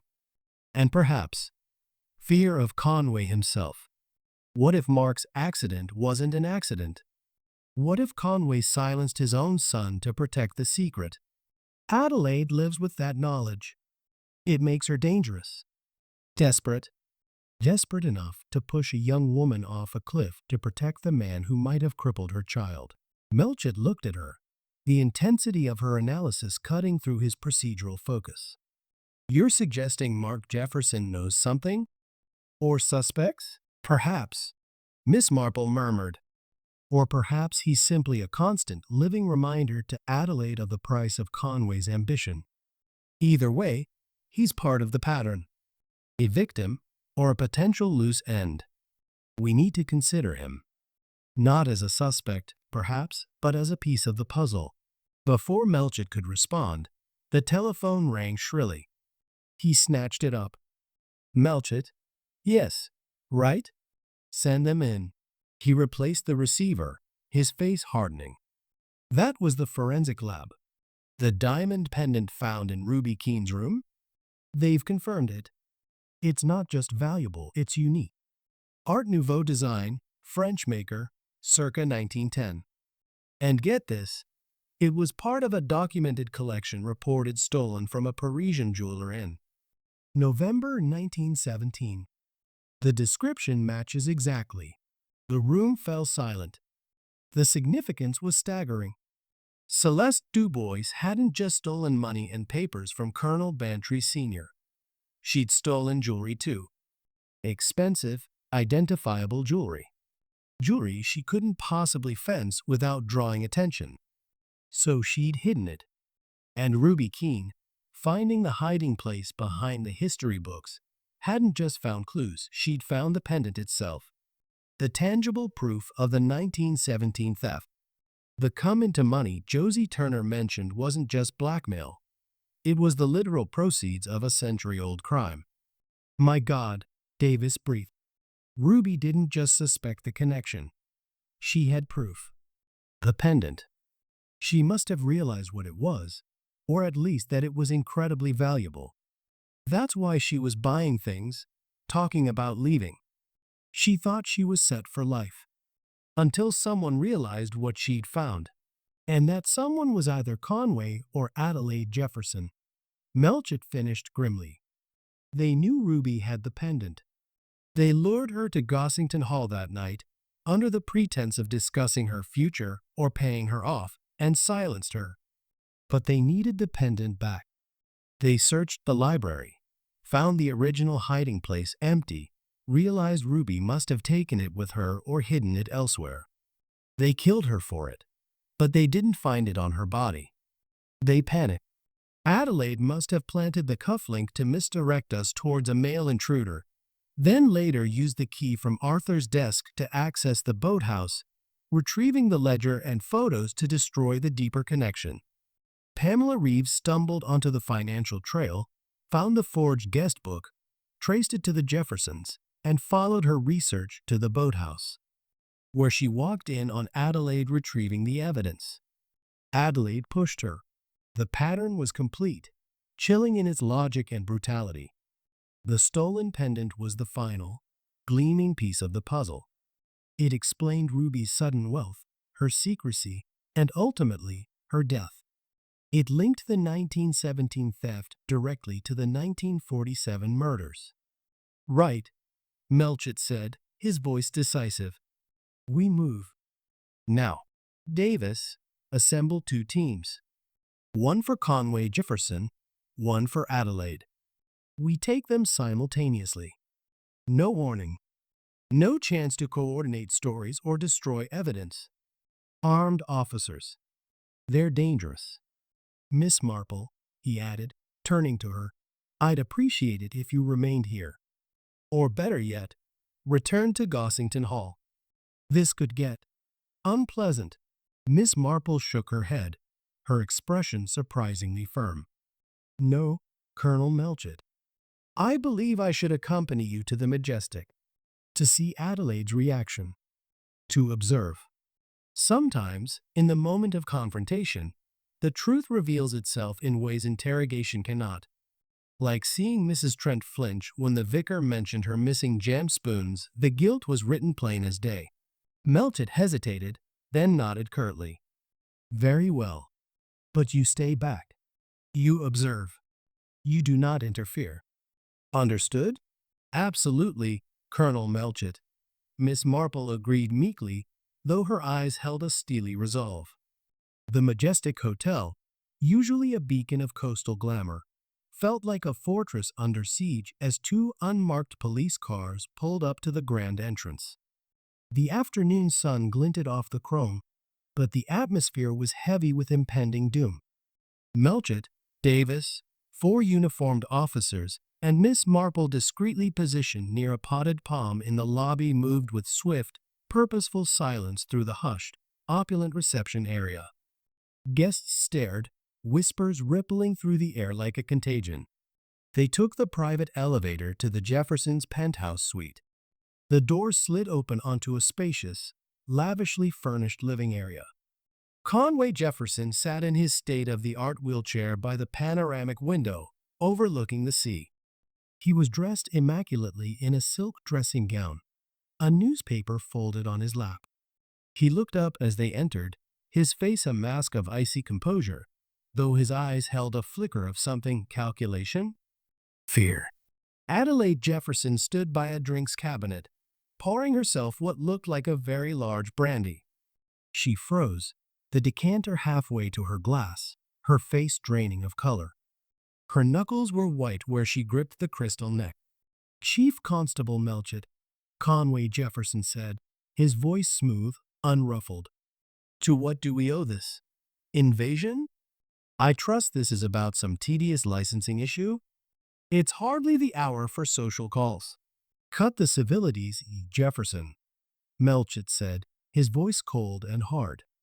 We're here about Ruby Keene, and Pamela Reeves, and Celeste Dubois, and the stolen money from Gossington Hall in 1917, and the loan from Dubois and Associates in 1938, and the hidden compartment in the Bantry boathouse.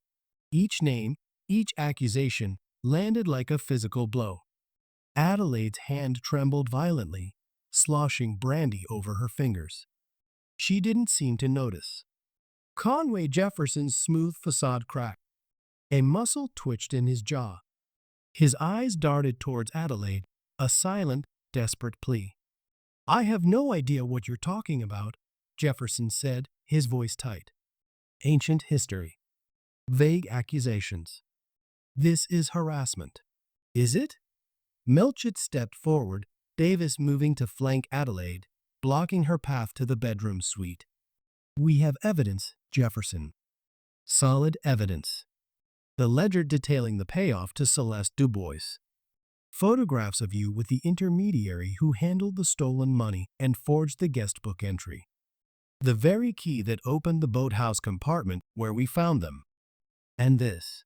He held up an evidence bag containing the Art Nouveau diamond pendant. Recognize this?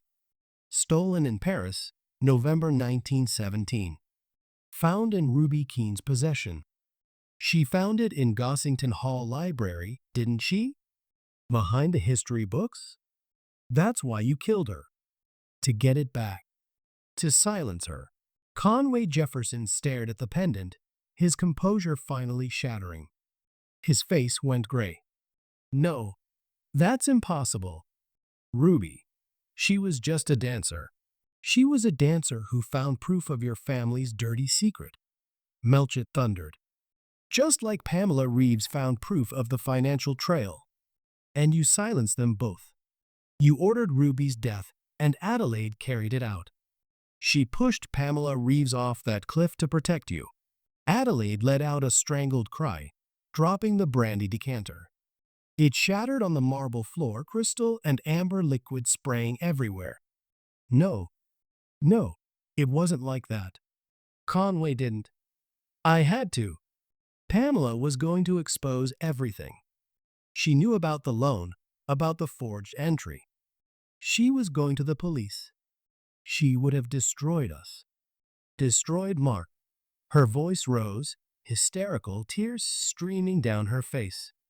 Conway, he built this. From nothing. After Mark. She choked, unable to continue, casting a terrified glance at her husband.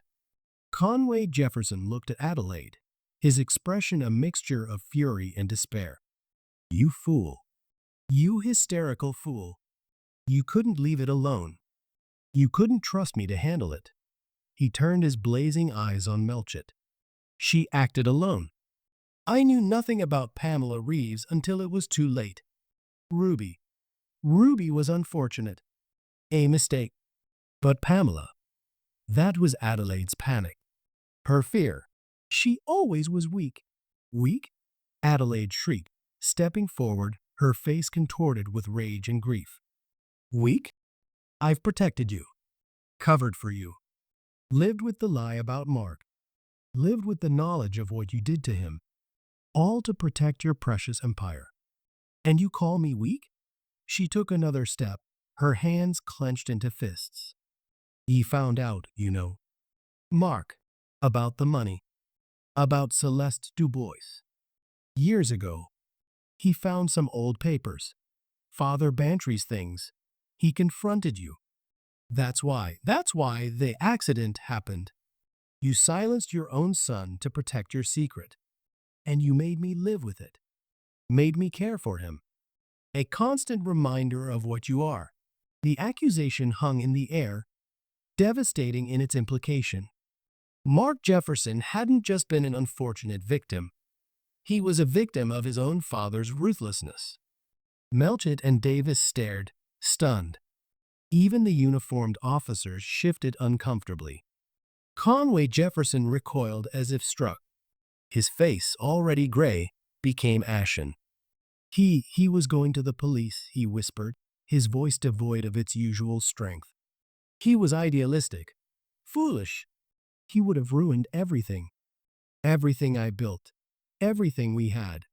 It was necessary. Necessary? Adelaide's voice dropped to a venomous whisper. You crippled our son, and then you used him. Used his chair, his helplessness, as a shield. Poor Mark, the invalid. No one would suspect him. No one would look too closely at the family. You made him a prisoner of your guilt. And me a prisoner of yours. She looked around the opulent suite, her expression one of utter loathing. This place, this life, it's built on blood, on lies, on the ruins of other people's lives. Celeste, Mark, Ruby, Pamela. How many more, Conway? How many more will you sacrifice to protect your rotten empire? The confession, born of decades of suppressed rage and terror, poured out of her, raw and unfiltered. Conway Jefferson slumped in his wheelchair, the fight draining out of him, replaced by a profound, hollow defeat. The pattern Miss Marple had discerned of the fear, the greed, the desperate protection of a myth had finally, catastrophically, unraveled. The killer wasn't just Conway Jefferson, the mastermind. It was the conspiracy he'd built, the web of silence and complicity that had ensnared Adelaide, that had destroyed Mark, that had claimed Ruby and Pamela. The hidden truth wasn't just in the boathouse compartment. It was in the very foundations of the majestic hotel, written in the suffering of its victims. Melchett stepped forward, his voice regaining its authority, though tempered by the horror of the revelation. Conway Jefferson, I am arresting you on suspicion of conspiracy to commit murder, conspiracy to pervert the course of justice, and historical theft. Adelaide Jefferson, I am arresting you on suspicion of the murders of Ruby Keene and Pamela Reeves, and conspiracy to pervert the course of justice. He nodded to the officers. Take them away. As the officers moved in, Adelaide offered no resistance. She looked at Conway, her eyes filled not with love, but with a lifetime of bitterness and sorrow. Conway Jefferson simply closed his eyes, a broken man. The myth was shattered. The empire was crumbling. The pattern, finally exposed, revealed a monster. Miss Marple watched from her position near the window, her heart heavy. She had seen the pattern emerge, understood the human flaws that had driven it. But witnessing the raw, devastating collapse of the lives entangled in it was profoundly saddening. The sun was setting over the sea, painting the water in hues of orange and purple, a beautiful end to a terrible day. The satisfying end to this chapter wasn't victory, but the grim, necessary exposure of a truth that had festered for too long, a truth that had demanded payment in blood and would now demand payment in justice. The hidden truth was out, but the cost had been devastatingly high, and the echoes of the past would resonate for a long time to come. Chapter 8, the final piece. The library at Gossington Hall, once Colonel Bantry's peaceful sanctuary, now resembled a stage set for a grim final act. The heavy velvet curtains were drawn against the encroaching twilight, casting the room in deep shadow, illuminated only by the focused beams of two police lamps placed strategically near the fireplace. The air, thick with the scent of old paper, beeswax, and the faint, lingering trace of Adelaide Jefferson's expensive perfume, vibrated with tension. Seated in a semicircle of mismatched chairs brought from other rooms were the remaining players in this deadly drama. Dolly Bantry, pale but resolute. Josie Turner, Ruby's roommate, twisting a handkerchief. George Bartlett, the pianist, looking bewildered. Raymond Starr, the dance host, his usual charm replaced by wary apprehension. and positioned slightly apart, his expression unreadable, marked Jefferson in his wheelchair. Chief Constable Melchett stood near the mantelpiece, flanked by Inspector Davis and two stern-faced constables. Miss Jane Marple sat quietly in a corner armchair, her knitting bag beside her, her gaze sweeping the assembled group like a hawk assessing a field. Melchett cleared his throat. "Thank you all for remaining. As you know, we are here to conclude the investigation into the tragic deaths of Ruby Keene and Pamela Reeves." He paused, letting the weight of the words settle. "We have gathered significant evidence, and Miss Marple," he gestured towards her, "has graciously agreed to present her findings, which tie together the various threads of this complex case." All eyes turned to Miss Marple. She didn't rise. Instead, she leaned forward slightly, her hands clasped loosely in her lap, her voice calm and clear, yet carrying an undeniable authority that silenced even the faint rustle of fabric. "Thank you, Colonel Melchett.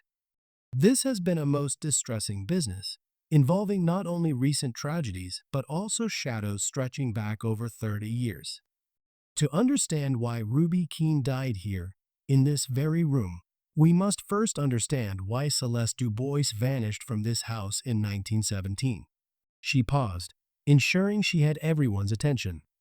Colonel Bantry Sr.'s diary revealed she stole £500 and damaging papers. We now know she also stole a unique Art Nouveau diamond pendant, reported stolen in Paris that same year. She nodded to Davis, who held up an evidence bag containing the pendant. This pendant was found hidden amongst Ruby Keene's belongings. Ruby found it. Here, in this library. A murmur went through the room. Josie gasped. Ruby had that? She never said. She just said she'd come into money. Because she couldn't explain it, my dear, Miss Marple said gently. She knew it was valuable, likely stolen, but not its full history. She found it hidden behind two large history books on that shelf. She pointed to the now infamous shelf above the fireplace. A hiding place Colonel Bantry Sr. himself likely used for small, valuable items. Ruby, exploring perhaps out of curiosity or boredom during a visit, discovered it. She took the pendant, perhaps intending to sell it later. But someone realized she had found something significant. Someone who knew about the hiding place. Someone who knew about Celeste Dubois and the stolen items. She let the implication hang in the air. That person lured Ruby here on the night she died. Promised her money, perhaps a future, using her knowledge of the pendant as leverage. But their intention was not to pay her. It was to silence her permanently and retrieve the pendant. Ruby was killed here, strangled. But the killer couldn't find the pendant on her body. They panicked. They searched the room, disturbing the books where Ruby had found the pendant, hoping it had fallen back behind. They didn't find it. In their haste, they dropped something. Davis held up another evidence bag containing the onyx shield cufflink. This, found near Ruby's body. Expensive. Distinctive. Belonging to one person in this room. Every head swiveled towards Conway Jefferson, seated rigidly in his wheelchair. His face was a stony mask, but his eyes flickered with something: anger? Fear? An attempt to misdirect, perhaps? Miss Marple continued. To suggest a male intruder? But the killer was not finished. They knew the pendant was still out there. They knew Ruby might have told someone or hidden it elsewhere. They needed to cover all traces. They needed to retrieve the deeper evidence, the proof of the historical conspiracy that linked the 1917 theft to the founding of the Majestic Hotel fortune. She reached into her knitting bag and drew out the black velvet pouch containing the ornate key. They also needed this key, taken from a hidden compartment in Colonel Bantry Sr.'s study. A key that opens a very specific hiding place. She described finding the key, then the discovery of the ledger and photographs in the hollow beam of the Bantry boathouse. The ledger detailed the payoff to Celeste Dubois. The photographs showed the intermediary who handled the stolen money and forged the guest book entry, the same man seen shaking hands with a younger Conway Jefferson in 1938, receiving the loan that saved his embryonic hotel empire. Proof that the Jefferson fortune was built, in part, on stolen money and a covered-up theft. Conway Jefferson's knuckles were white where he gripped the arms of his wheelchair. Adelaide Jefferson, seated beside him, looked as though she might faint, her face chalk white, her eyes wide with terror. This evidence, Miss Marple stated, her voice hardening slightly, was the motive for silencing Ruby Keene. But it was also the motive for silencing Pamela Reeves. Pamela, the diligent researcher, found the forged guest book entry. She traced the Du Bois and Associates loan. She was putting the pieces together. She suspected the connection to Gossington Hall. She went to the boathouse, following her research. And there, she interrupted the killer retrieving the ledger and photographs. The killer pushed her from the cliff edge. A collective intake of breath filled the room. Mark Jefferson flinched violently. And during that struggle, or perhaps later, when the killer returned to Gossington Hall to plant the cufflink and ensure no other evidence remained, they dropped this. Miss Marple reached into her pocket and held up the small, dark, shield-shaped button, identical to the cufflink, bearing the initial CJ. Found in this very room, the morning room at Gossington Hall. Dropped by the killer. She looked directly at Adelaide Jefferson. You dropped it, Mrs. Jefferson, after you pushed Pamela Reeves. After you used the key from Colonel Bantry's desk to access the boathouse and retrieve the ledger and photos. After you planted the cufflink near Ruby's body to misdirect us towards a male suspect. You were protecting your husband's secret. Protecting the myth of Conway Jefferson, the self-made man. Protecting the fortune built on blood and lies. Adelaide surged to her feet, her face contorted with fury and terror. Lies. Vicious, wicked lies. You have no proof. Conway was in Exeter. He couldn't have. I didn't. I wasn't even at the cove. This is persecution. Sit down, Adelaide. Conway Jefferson's voice cut through her hysteria, cold and sharp as ice. It was the voice of a man who had lost everything but control. Your hysterics are unbecoming. He turned his piercing gaze on Miss Marple. Clever deductions, Miss Marple, but circumstantial. Hearsay. You have no witness. You have no confession. You have a button and a cufflink that could belong to anyone. You have a key in some old papers that prove nothing about me. You have a pendant that Ruby could have acquired anywhere. This is a fantasy woven from gossip and coincidence. He was rallying, using his authority and presence to push back, to create doubt.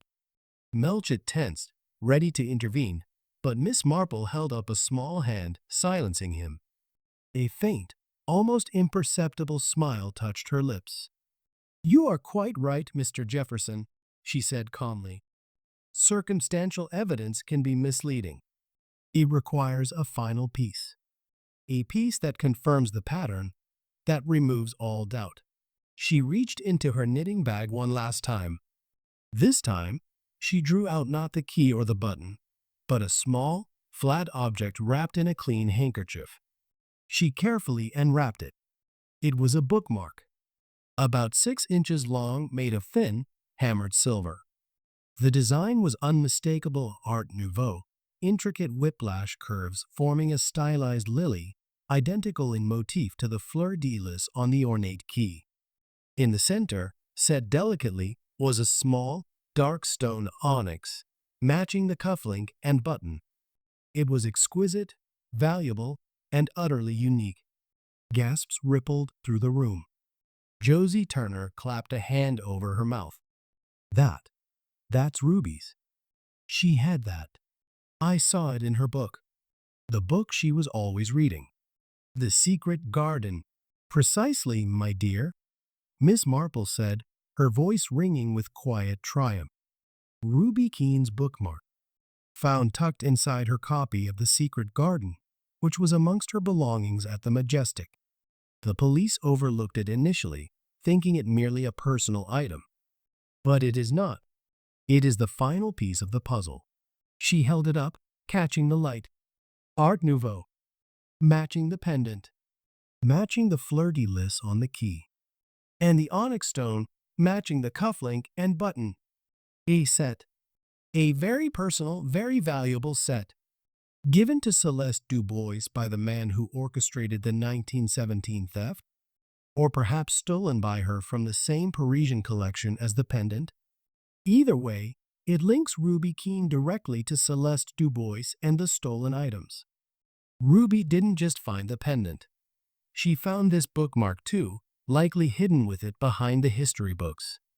She kept it, used it, cherishing its beauty and its secret value. She turned her gaze fully on Adelaide Jefferson. And you, Mrs. Jefferson, knew about the bookmark. You knew Ruby had it. Because when you searched Ruby's room at the Majestic after her death, looking for the pendant, you found this bookmark. You recognized its significance. You took it, but you couldn't risk destroying it. It was too distinctive, too potentially traceable. So you hid it. And where does a woman who values secrecy and control hide something small and precious? In a book. Her own book. A book she keeps close. Miss Marple's eyes locked onto Adelaide's. Specifically, Mrs. Jefferson, in the copy of Persuasion by Jane Austen that I saw on your bedside table when I visited your suite earlier today. Tucked between the pages, chapter 23, wherein Eliot reflects on lost opportunities and the enduring power of the past. How fitting. I noticed it when I admired your bookshelf. A beautiful bookmark, I remarked. You seemed unsettled. You quickly closed the book. Later, while you were detained, I asked Inspector Davis to retrieve it for me. He found it exactly where I knew it would be. Adelaide Jefferson stared at the bookmark in Miss Marple's hand, then at Miss Marple herself. The defiance drained from her face, replaced by a dawning, horrifying realization. The carefully constructed walls of denial crumbled into dust. A low, animal-like moan escaped her lips. Her legs gave way, and she collapsed back into her chair, burying her face in her hands, her body shaking with silent, violent sobs. Conway Jefferson stared at his wife, then at the bookmark, then at Miss Marple. The cold composure finally shattered, replaced by raw, impotent fury. You fool, he hissed at Adelaide, his voice thick with contempt. You sentimental, hysterical fool. You kept it? A bookmark? Mark Jefferson, who had been silent and motionless throughout, his expression one of profound sadness, finally spoke. His voice, weakened by years and illness, was surprisingly clear and cutting. She kept it, Father, because it was beautiful, because it was real. Unlike you. Unlike everything you built. He turned his wheelchair slightly to face Miss Marple. Miss Marple, I heard them. After Ruby died. I heard Adelaide and Father arguing in the study. Adelaide was frantic. She'd searched Ruby's room. Found the pendant gone. Ruby must have had it on her, or hidden it elsewhere, but she found the bookmark. She recognized it. Knew what it meant. Father was furious. Told her to get rid of it. She refused. Said it was too beautiful. That's when he threatened her. Reminded her about my accident. Mark's voice hitched, but he pushed on.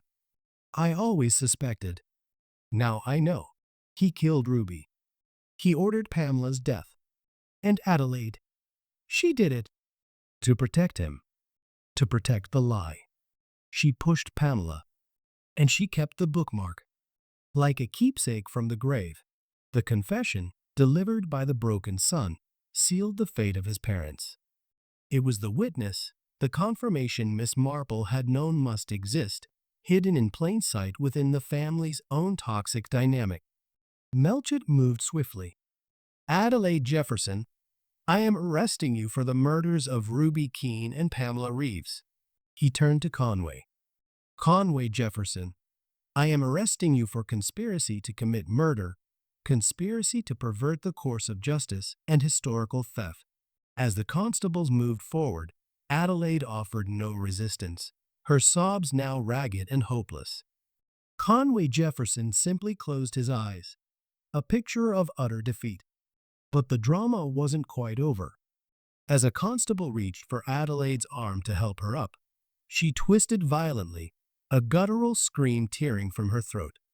In a final, desperate act of defiance or madness, she wrenched herself free and bolted, not for the door, but towards the heavy bookshelves lining the wall near the fireplace.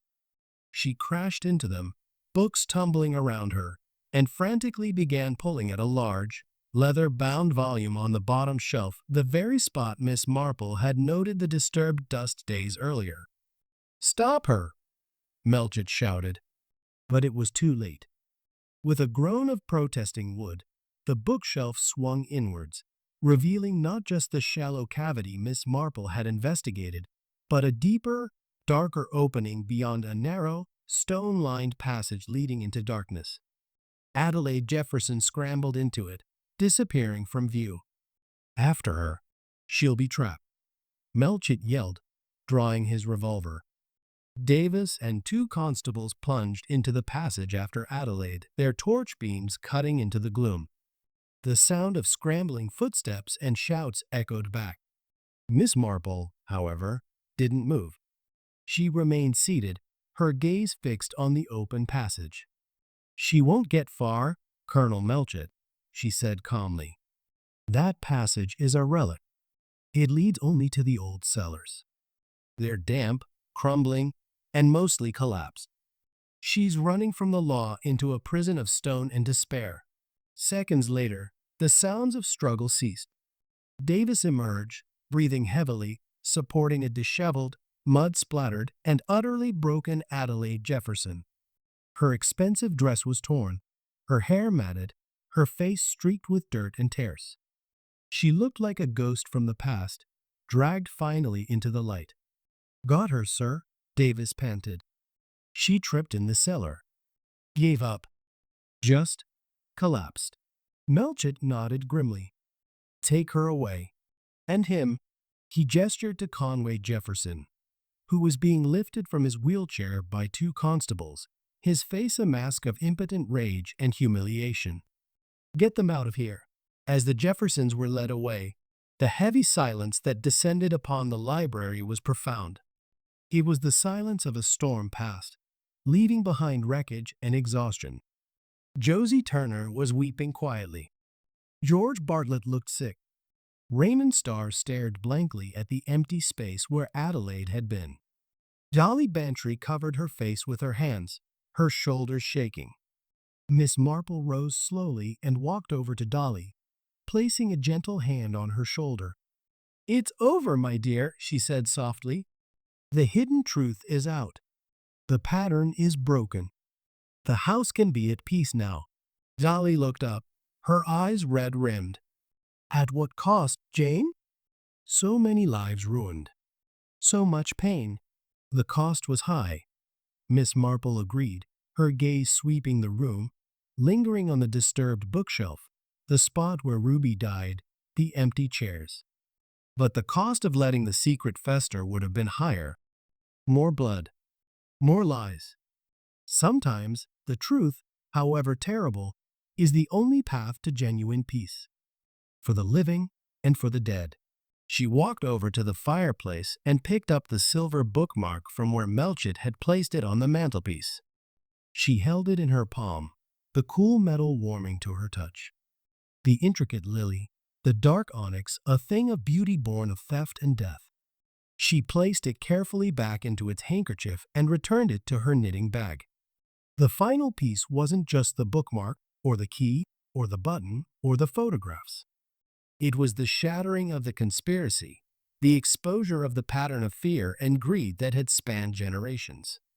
It was the quiet, devastating testimony of a broken son, and the desperate, final flight of a woman trapped by her own complicity. The library's secret, the hidden passage, the stolen treasures, the murders committed within its walls was laid bare. The satisfying end to this chapter wasn't just the unmasking and arrest of the killers. It was the restoration of a fragile order, the lifting of a shadow that had hung over Gossington Hall for 30 years. The hidden truth was revealed, the final piece was in place, and the long, dark night of deceit was finally over. The echoes of the past would remain, but they were now echoes, not chains.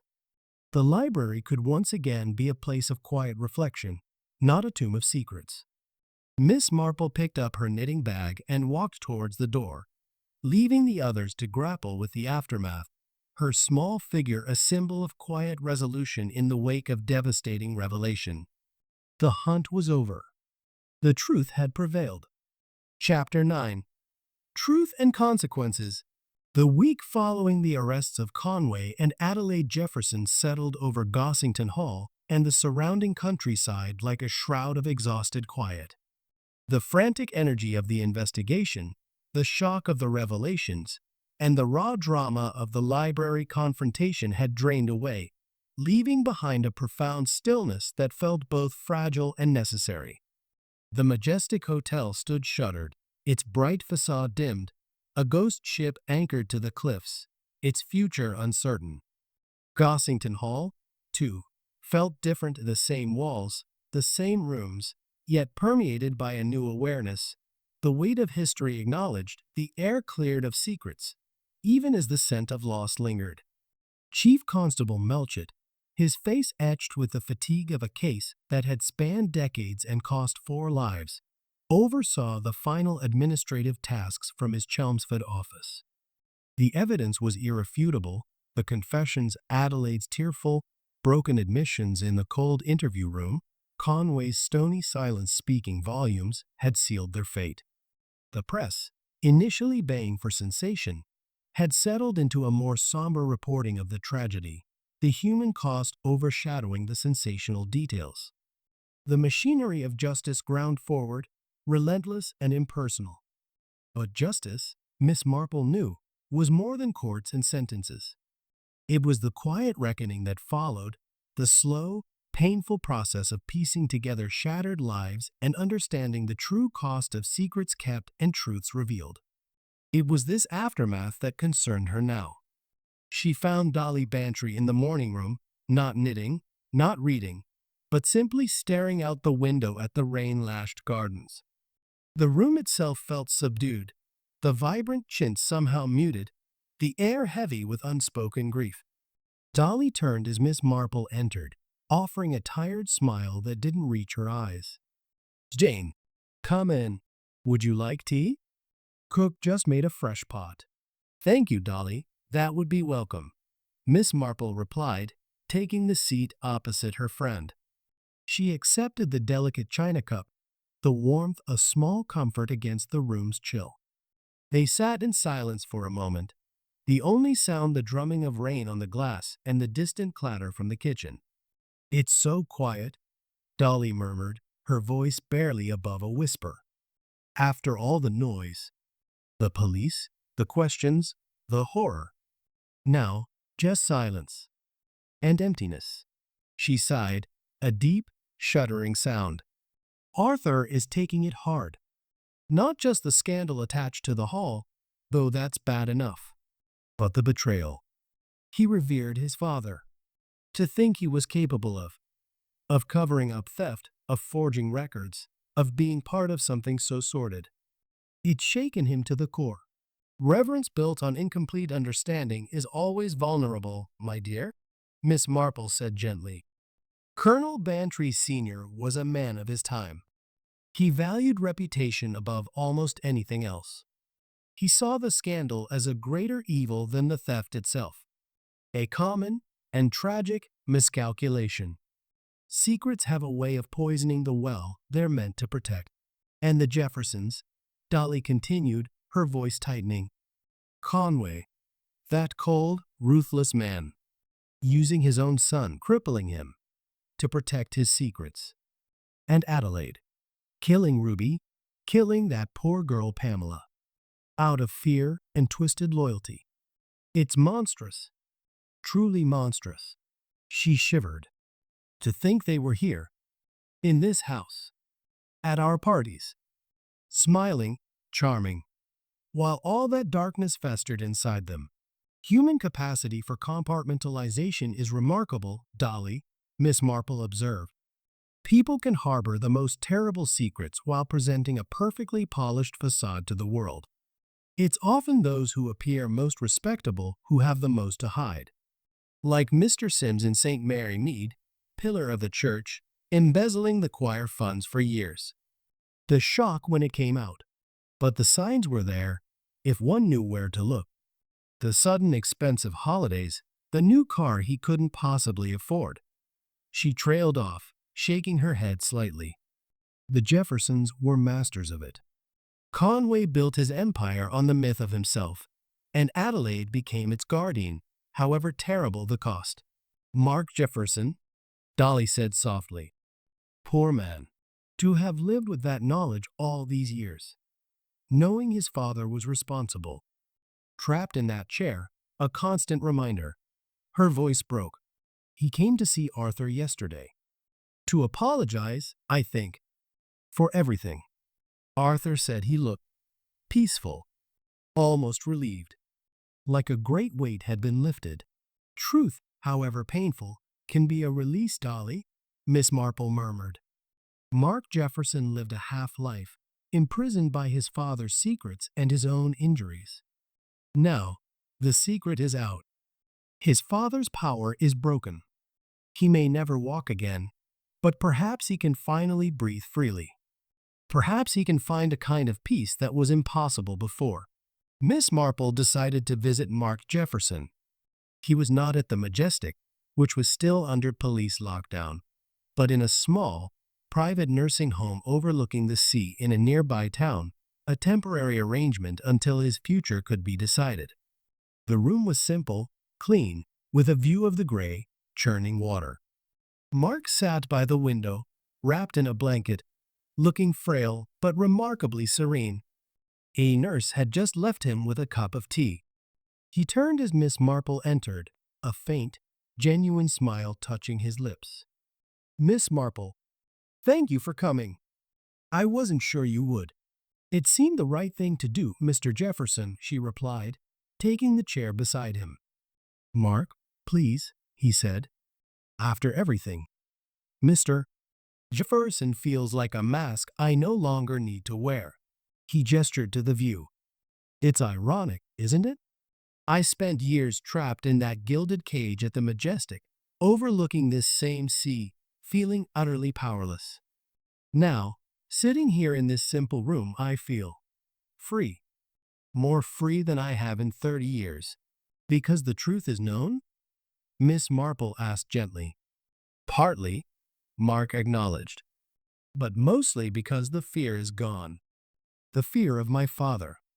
The fear of the secret being exposed. The fear of what he might do. To me, to Adelaide. To anyone who got too close. He took a slow sip of tea. I always suspected, you know, about the accident. Not the details. Not Celeste Dubois or the money.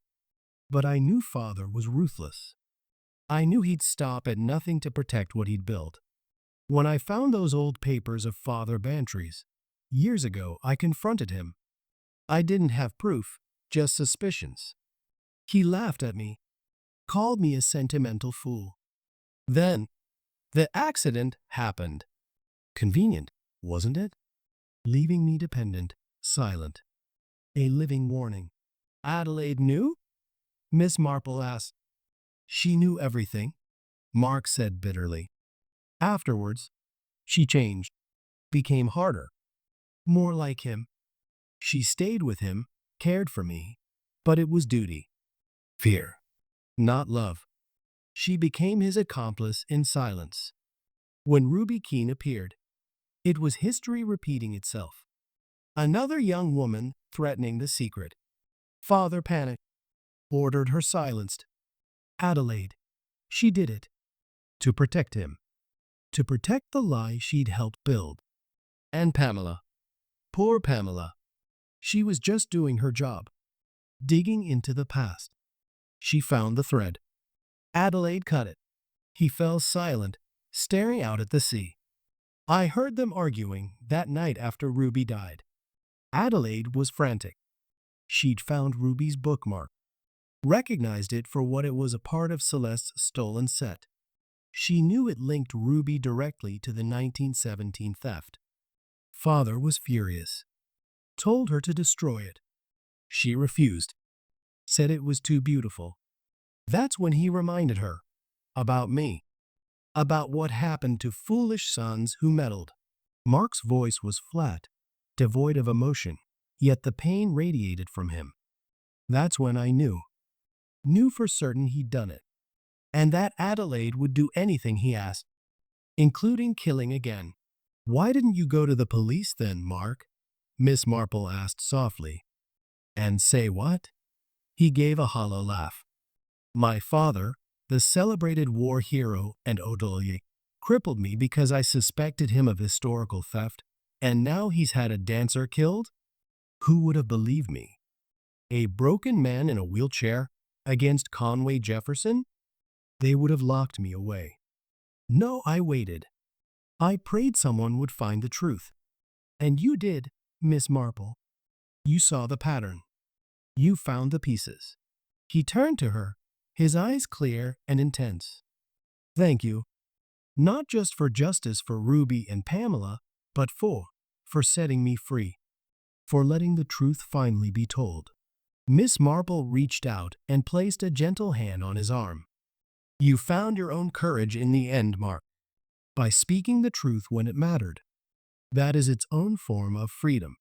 Later that afternoon, Miss Marple encountered Josie Turner in the village of St. Mary Mead.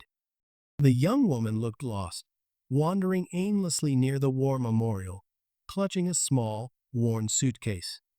Her eyes were red-rimmed, her face pale. Josie, my dear, Miss Marple said softly, approaching her.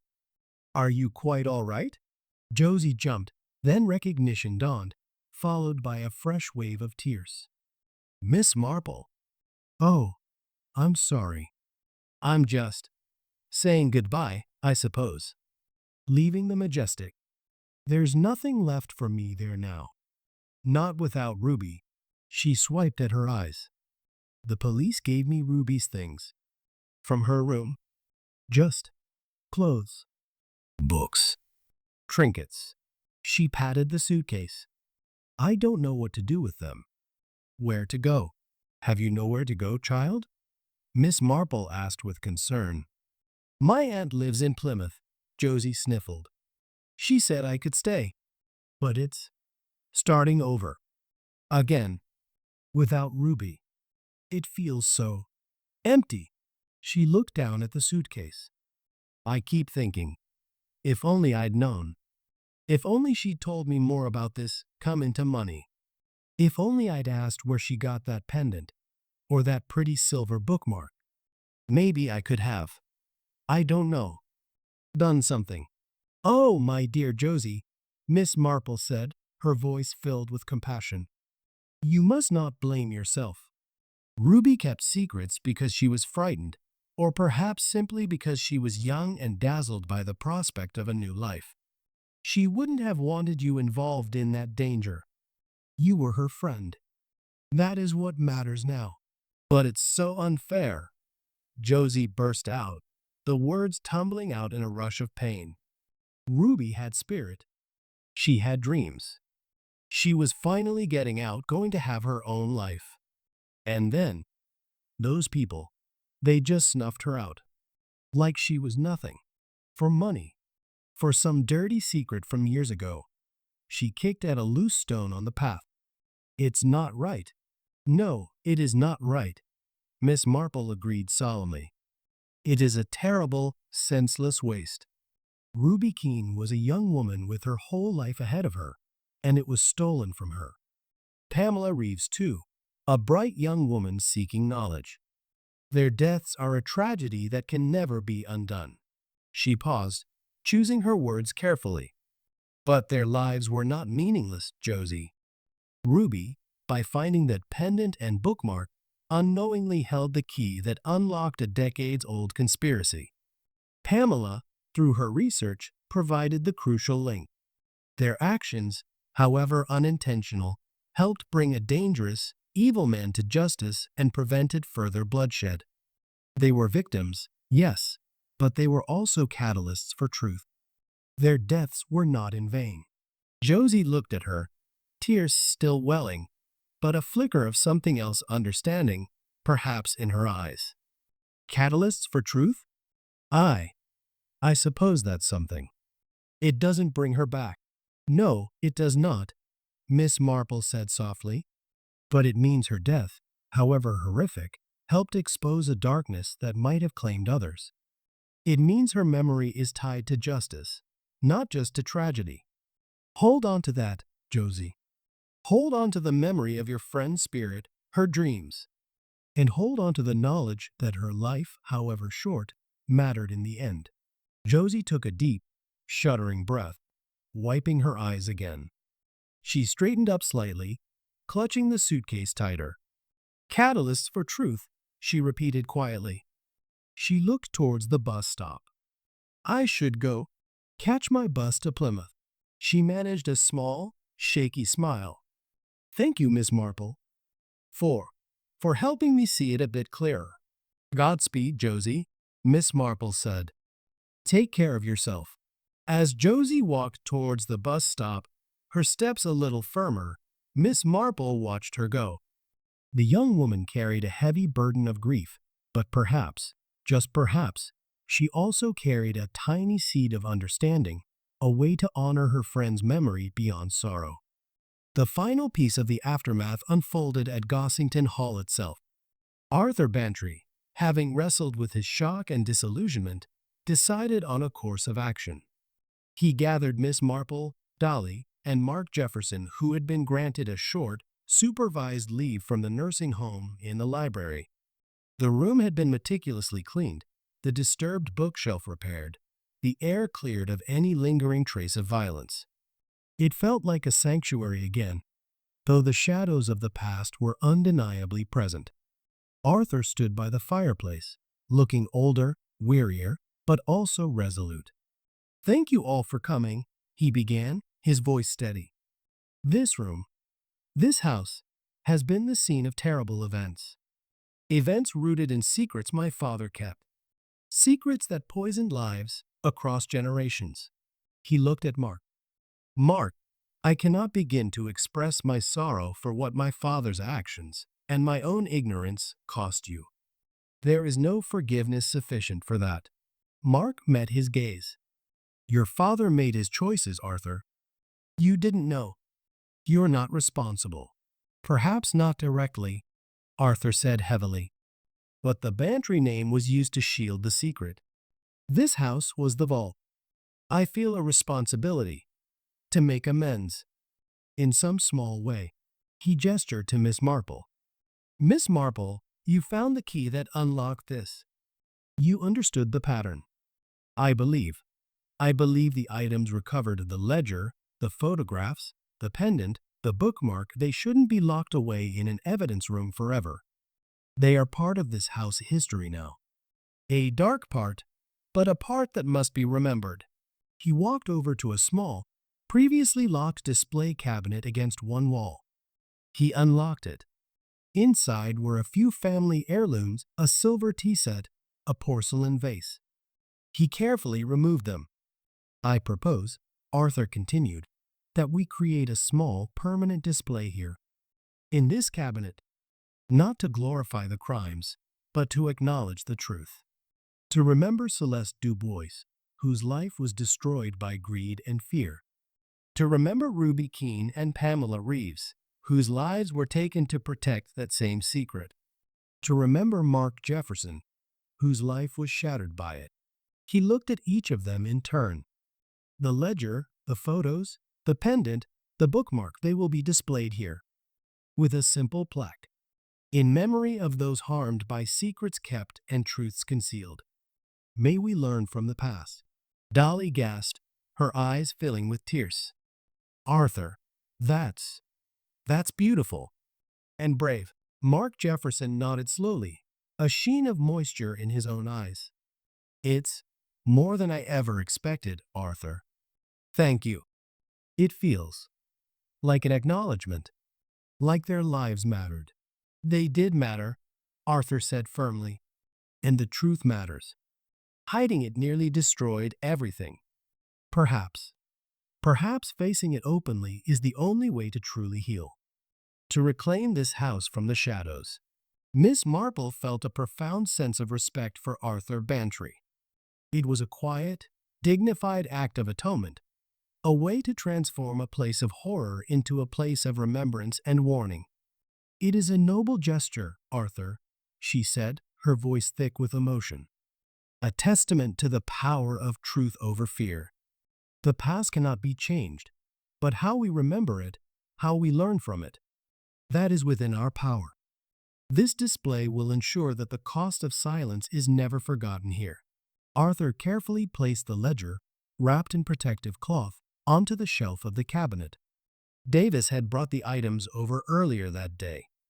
The photographs followed, then the pendant in its small case, and finally the silver bookmark, catching the light as it was laid to rest beside the others. It looked incongruous amidst the darkness of the other items, a thing of beauty born of theft and death, now a symbol of remembrance. As they stood back, looking at the simple display, the rain outside finally ceased. A weak ray of afternoon sunlight broke through the clouds, streaming through the library window and falling directly onto the cabinet, illuminating the silver bookmark and the pendant. It felt like a benediction, a fragile promise of light after the long, dark night of deceit. The consequences of the hidden truth were vast and devastating. Lives lost, families shattered, empires crumbled, faith in heroes destroyed. But amidst the wreckage, there was also this. A quiet act of remembrance, a commitment to face the past, a fragile hope that acknowledging the darkness could, eventually, lead to a more honest light. The hidden truth had been revealed, its price paid in blood and sorrow. Now, the slow, difficult work of living with that truth and learning from it could begin. The library, once a tomb of secrets, had become a sanctuary of memory. And in that quiet transformation, Miss Marple saw the first, tentative steps towards a hard-won peace. The satisfying end to this chapter wasn't just the resolution of the mystery, but the beginning of healing, the reclaiming of a space and a story from the grip of a destructive past. The final piece wasn't an object or a confession. It was the quiet, courageous act of choosing remembrance over forgetting. Chapter 10. The Hidden Truth Revealed. 3 months after the arrests of Conway and Adelaide Jefferson, Devonshire sighed under the soft, gray light of late autumn. Gossington Hall stood solid against the chill wind, its windows reflecting the subdued colors of the season. Inside, the library, once a scene of horror and revelation, now breathed a quiet, studied peace. The air smelled of beeswax polish, old paper, and the faint, clean scent of rain-soaked earth drifting through the slightly open window. The heavy velvet curtains were drawn back, allowing the muted daylight to illuminate the room, settling gently on the small display cabinet Arthur Bantry had installed against the far wall. Miss Jane Marple sat in her favorite armchair near the fireplace, a half-finished piece of knitting resting in her lap. Her gaze drifted from the cheerful crackle of the logs to the cabinet. Inside, nestled on dark velvet, lay the artifacts of a long-buried crime. Colonel Bantry Sr.'s coded ledger, the damning photographs linking the Jeffersons to the past, the Art Nouveau diamond pendant, and, catching the light like a captured tear, the delicate silver bookmark with its onyx center. A simple brass plaque beneath them read, "In memory of Celeste Du Bois, Ruby Keene, Pamela Reeves, and Mark Jefferson. Harmed by secrets kept. May truth prevail." Dolly Bantry entered, carrying a tray with a steaming teapot and delicate china cups. She moved with a newfound serenity, the frantic tension that had gripped her since Ruby's discovery finally eased. She placed the tray on the low table beside Miss Marple. "Tea, Jane? It's Earl Grey today." Arthur finds it restorative. "Thank you, Dolly. Most welcome." Miss Marple accepted the cup, savoring the fragrant steam. "How is Arthur today?" "Better," Dolly said, settling into the opposite chair. He spent the morning in his study, going through some of his father's old papers with Davis. Not looking for anything specific, just sorting. Facing it all, I suppose. He says it feels like clearing out cobwebs that have been there for generations. She glanced towards the cabinet. He finds comfort in that display. Strange, isn't it? That having those reminders of such terrible things brings peace? Not strange at all, my dear, Miss Marple murmured, stirring her tea. Secrets are like shadows, Dolly. They grow in the dark, feeding on fear and silence. Bringing them into the light, acknowledging them, takes away their power. That cabinet isn't a shrine to horror. It's a testament to courage. The courage of Ruby and Pamela, whose actions helped expose the truth. The courage of Mark, who endured so much and finally spoke. The courage of Arthur, who chose remembrance over denial. Facing the truth, however painful, is always the first step towards healing. Dolly nodded thoughtfully. Mark Jefferson came by yesterday. He looks different. Frailer, perhaps, but the weight he carried, it's gone. He sat by that cabinet for a long time, just looking at the bookmark. He said it was beautiful, but now it felt like a key that had unlocked a prison. Not just his father's, but his own. Truth is often the key that unlocks the most formidable prisons, Dolly, Miss Marple agreed. The prison of fear, of complicity, of living a lie. Mark Jefferson spent decades imprisoned by his father's secrets and his own injuries. Now, the secrets are exposed, his father's power is broken, and while his body may still be trapped, his spirit is free. That is a profound liberation. They sat in comfortable silence for a moment. The only sounds the ticking of the grandfather clock in the hall and the gentle hiss of the logs. "Have you heard from Josie Turner?" Dolly asked. "Yes, indeed," Miss Marple said, a small smile touching her lips. "She wrote me a lovely letter last week. She's in Plymouth, living with her aunt as planned. She's found work in a small cafe near the harbor. She says it's simple work, but honest. She's saving up, hoping to take a bookkeeping course in the spring. She wrote that she thinks of Ruby often, but not just with sadness now. She remembers Ruby's laugh, her dreams of opening her own dance school one day. She said Ruby would have liked the idea of her learning bookkeeping, practical Ruby, she called her." Miss Marple's smile widened. She ended by saying she finally understands what you meant about Ruby's life mattering, about her being a catalyst. She said she tries to live in a way that would make Ruby proud, to honor her spirit by embracing her own future. Dolly's eyes misted. "Oh, that's lovely. Truly lovely. Poor Josie. She lost so much. But it sounds like she's finding her way." "She is," Miss Marple affirmed. "Grief is a long road, Dolly, but it doesn't have to be a barren one. Josie is choosing to walk it with purpose, keeping Ruby's memory alive not just in sorrow, but in action. That is a powerful form of love, and a powerful testament to Ruby's enduring influence." Later that afternoon, Miss Marple took a turn in the gardens. The autumn roses were a memory, but the skeletal structure of the bushes held a stark beauty against the gray sky. She found Arthur Bantry near the old rose garden, now tidied for winter, overseeing a gardener planting a new batch of spring bulbs. He looked up as she approached, offering a tired but genuine smile. "Miss Marple, enjoying the bracing air?" "It clears the head, Arthur," she replied. "Your garden is looking well tended. Even in its winter sleep, one must prepare for the spring," Arthur said, his gaze sweeping the bare earth. "Plant the bulbs now. Trust they will bloom when the time is right." A lesson in patience, I suppose. He gestured towards the house.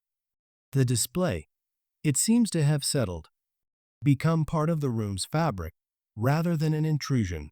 It has, Miss Marple agreed. It feels right, honorable. Does it bring you peace? Arthur was silent for a moment, watching the gardener work. Peace. Perhaps not peace, Miss Marple. More like acceptance. A difficult acceptance. My father was not the man I believed him to be. He was capable of great cruelty, profound selfishness. The Bantry name is tarnished by his actions, by the secrets he kept. That is a heavy legacy. He sighed, a long, slow exhalation. But hiding it, pretending it didn't happen, letting it fester. That only allowed more evil to grow, more lives to be ruined. Facing it, acknowledging it publicly. It feels like the first honest thing done in connection with that secret since Celeste Dubois vanished. It feels like reclaiming a small piece of honor, not for my father, but for this house, for the family name going forward, for Dolly and me. He turned to her, his eyes clear and direct. You showed us that, Miss Marple. You showed us that the cost of silence is far greater than the cost of truth. You saw the pattern, the human flaws that allowed it to fester, the greed, the fear, the desperate protection of reputation at any cost. You understood that the past isn't just history. It's a living thing that shapes the present, for good or ill. By exposing it, you didn't just solve a murder. You helped break a cycle. Human nature is remarkably consistent, Arthur, Miss Marple said softly. The same flaws appear in every village, every generation. The fear of exposure, the desire to protect what one has, the capacity for self-deception. They are the threads that weave tragedies like this one. Recognizing them, understanding them, is the only way to prevent them from repeating. Your father hid the truth, and it bred more lies, more violence. You chose to reveal it. That is the difference. Arthur nodded slowly. The Jeffersons. They will pay the legal price. But their real punishment is the complete destruction of the myth they built. Conway Jefferson, the war hero, the self-made man, the philanthropist. Now known as a thief, a murderer, a man who crippled his own son. His empire is crumbling. His name is mud. Adelaide. Her fear and loyalty made her a monster. They have nothing left. That is a consequence far more severe than any prison sentence. Consequences are often woven into the fabric of the crime itself, Arthur, Miss Marple observed. The Jeffersons built their lives on a foundation of sand. It was inevitable that the tide would eventually wash it away. They simply accelerated their own destruction with each desperate act to protect it. Ruby Keene and Pamela Reeves were the pebbles that started the avalanche. They walked on in silence for a while, the crunch of gravel underfoot the only sound. The wind picked up, rustling the bare branches. Will you stay for dinner, Miss Marple? Arthur asked as they neared the house. Dolly is planning something simple. Roast chicken, I believe. That would be delightful, Arthur. Thank you. Dinner was indeed simple, but it was imbued with a quiet warmth that had been absent for months. The conversation flowed easily, touching on inconsequentialities, the upcoming village fete, the merits of different varieties of winter squash, the antics of Dolly's newly acquired kitten, but underneath ran a current of unspoken understanding and shared relief. The shadow had lifted. Afterwards, in the library, Arthur excused himself, claiming fatigue. Dolly poured Miss Marple a small glass of sherry. It feels different in here now, doesn't it? Dolly murmured, glancing at the display cabinet. Not haunted, not sad. Just quiet. Respectful. It does, Miss Marple agreed, sipping the sherry. The smooth warmth spread through her. The truth has been given its place. It no longer lurks in the corners, whispering. It rests there, acknowledged. Dolly hesitated, then reached into the pocket of her cardigan. I almost forgot. This came for you today. Special delivery. She handed Miss Marple a cream-colored envelope addressed in a familiar, looping hand. Miss Marple opened it. Inside was a single sheet of matching notepaper and a small, folded object wrapped in tissue paper. She unfolded the note first. It was from Mark Jefferson. Dear Miss Marple, I hope this finds you well. I am writing from the nursing home, where I am settling into a routine that, while not exciting, is peaceful. The doctors are pleased with my progress, small though it may be. I wanted to send you this. I found it tucked inside the cover of the book of poetry Adelaide left behind in my room at the Majestic. The police returned some personal effects. I believe she must have taken it from Ruby's things along with the bookmark, but perhaps couldn't bear to part with it entirely. It seems fitting that it should return to Gossington Hall, to the place where Ruby found it, where it belongs now. Thank you again, not just for solving the crimes, but for helping to set the truth free. It has made all the difference. With gratitude, Mark Jefferson. Miss Marple carefully unwrapped the tissue paper. Nestled inside was the small, leather-bound book of poetry she had seen in Ruby Keene's room at the Majestic, the one Josie mentioned Ruby always carried. Tucked inside its front cover was a pressed wildflower, fragile and brown, its delicate form perfectly preserved. Miss Marple recognized it instantly, a Devonshire speedwell, its tiny blue petals now faded to a soft gray. Ruby must have picked it during her time here, a small, vibrant token of life pressed between the pages of her book, a secret kept not from malice, but from simple, private joy. Oh, Dolly breathed, seeing the flower. Poor Ruby. Just a girl who liked flowers and poetry. Yes, Miss Marple whispered, her finger gently tracing the brittle petals. Just a girl.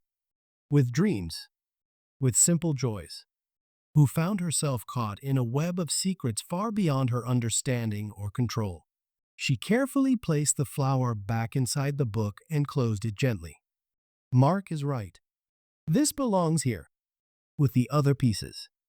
It's not evidence of a crime. It's evidence of a life. A life that mattered. Together, they walked over to the display cabinet. Arthur had left the central shelf slightly adjustable. Miss Marple opened the glass door and placed the small book of poetry beside the silver bookmark. The pressed speedwell was just visible between its pages, a tiny, poignant echo of the life that had been lost. It looked right. It looked whole. There, Dolly said softly, her eyes shining. Now it's complete. Not just the story of the crime, but the story of the girl who was lost. Ruby Keene. Miss Marple closed the cabinet door. The artifacts inside, the ledger of greed, the photographs of betrayal, the pendant of theft, the bookmark of connection, and now the book of poetry with its pressed flower of innocent life, together they told the full, complex, devastating, and ultimately human story. The hidden truth wasn't just about the conspiracy.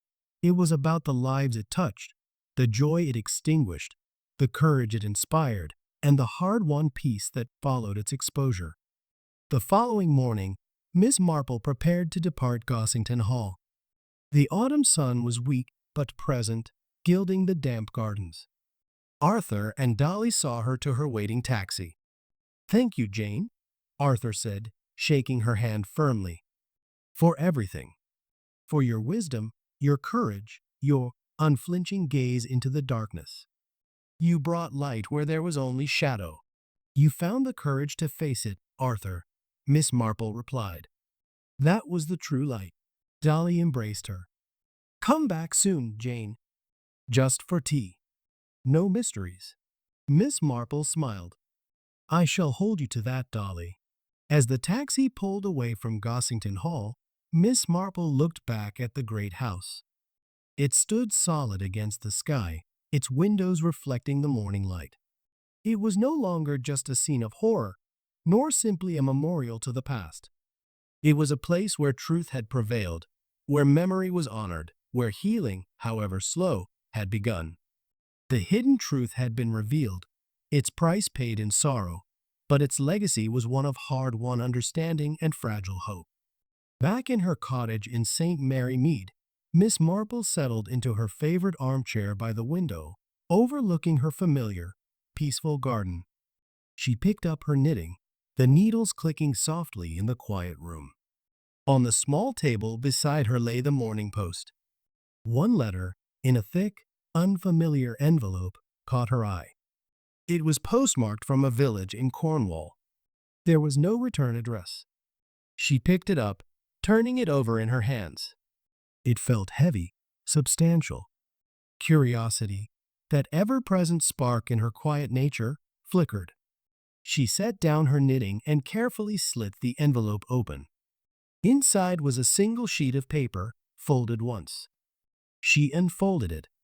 The message was brief, written in a spidery, hesitant hand. Miss Marple, they say you see patterns where others see chaos. They say you find truth where others find only shadows. My sister disappeared from this village 10 years ago. The police said she ran away. I know she did not. There are whispers here, too. Secrets buried deep. I have heard of your work. I have heard you listen. Please, will you listen to me? A desperate sister. Miss Marple read the note twice. Then, slowly, deliberately, she folded it and placed it back in the envelope. She set it aside on the table. She picked up her knitting again, the needles resuming their soft, rhythmic click. She looked out at her garden, at the late chrysanthemums bravely facing the autumn chill. The hidden truth of Gossington Hall was revealed. The story was concluded. Justice, in its imperfect human way, had been served. Healing had begun.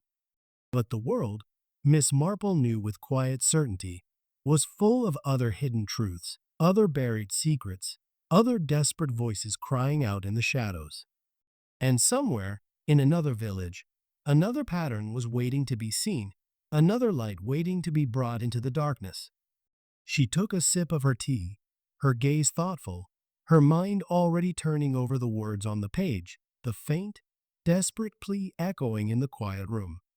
The satisfying end to one story was often, she had found, merely the quiet, intriguing beginning of another. And Miss Jane Marple, her needles clicking softly, her eyes reflecting the calm determination of a lifetime, was ready to listen. The hidden truth had been revealed here, but the search for truth, like the turning of the seasons, was endless. And she was, as always, its most patient and most perceptive seeker.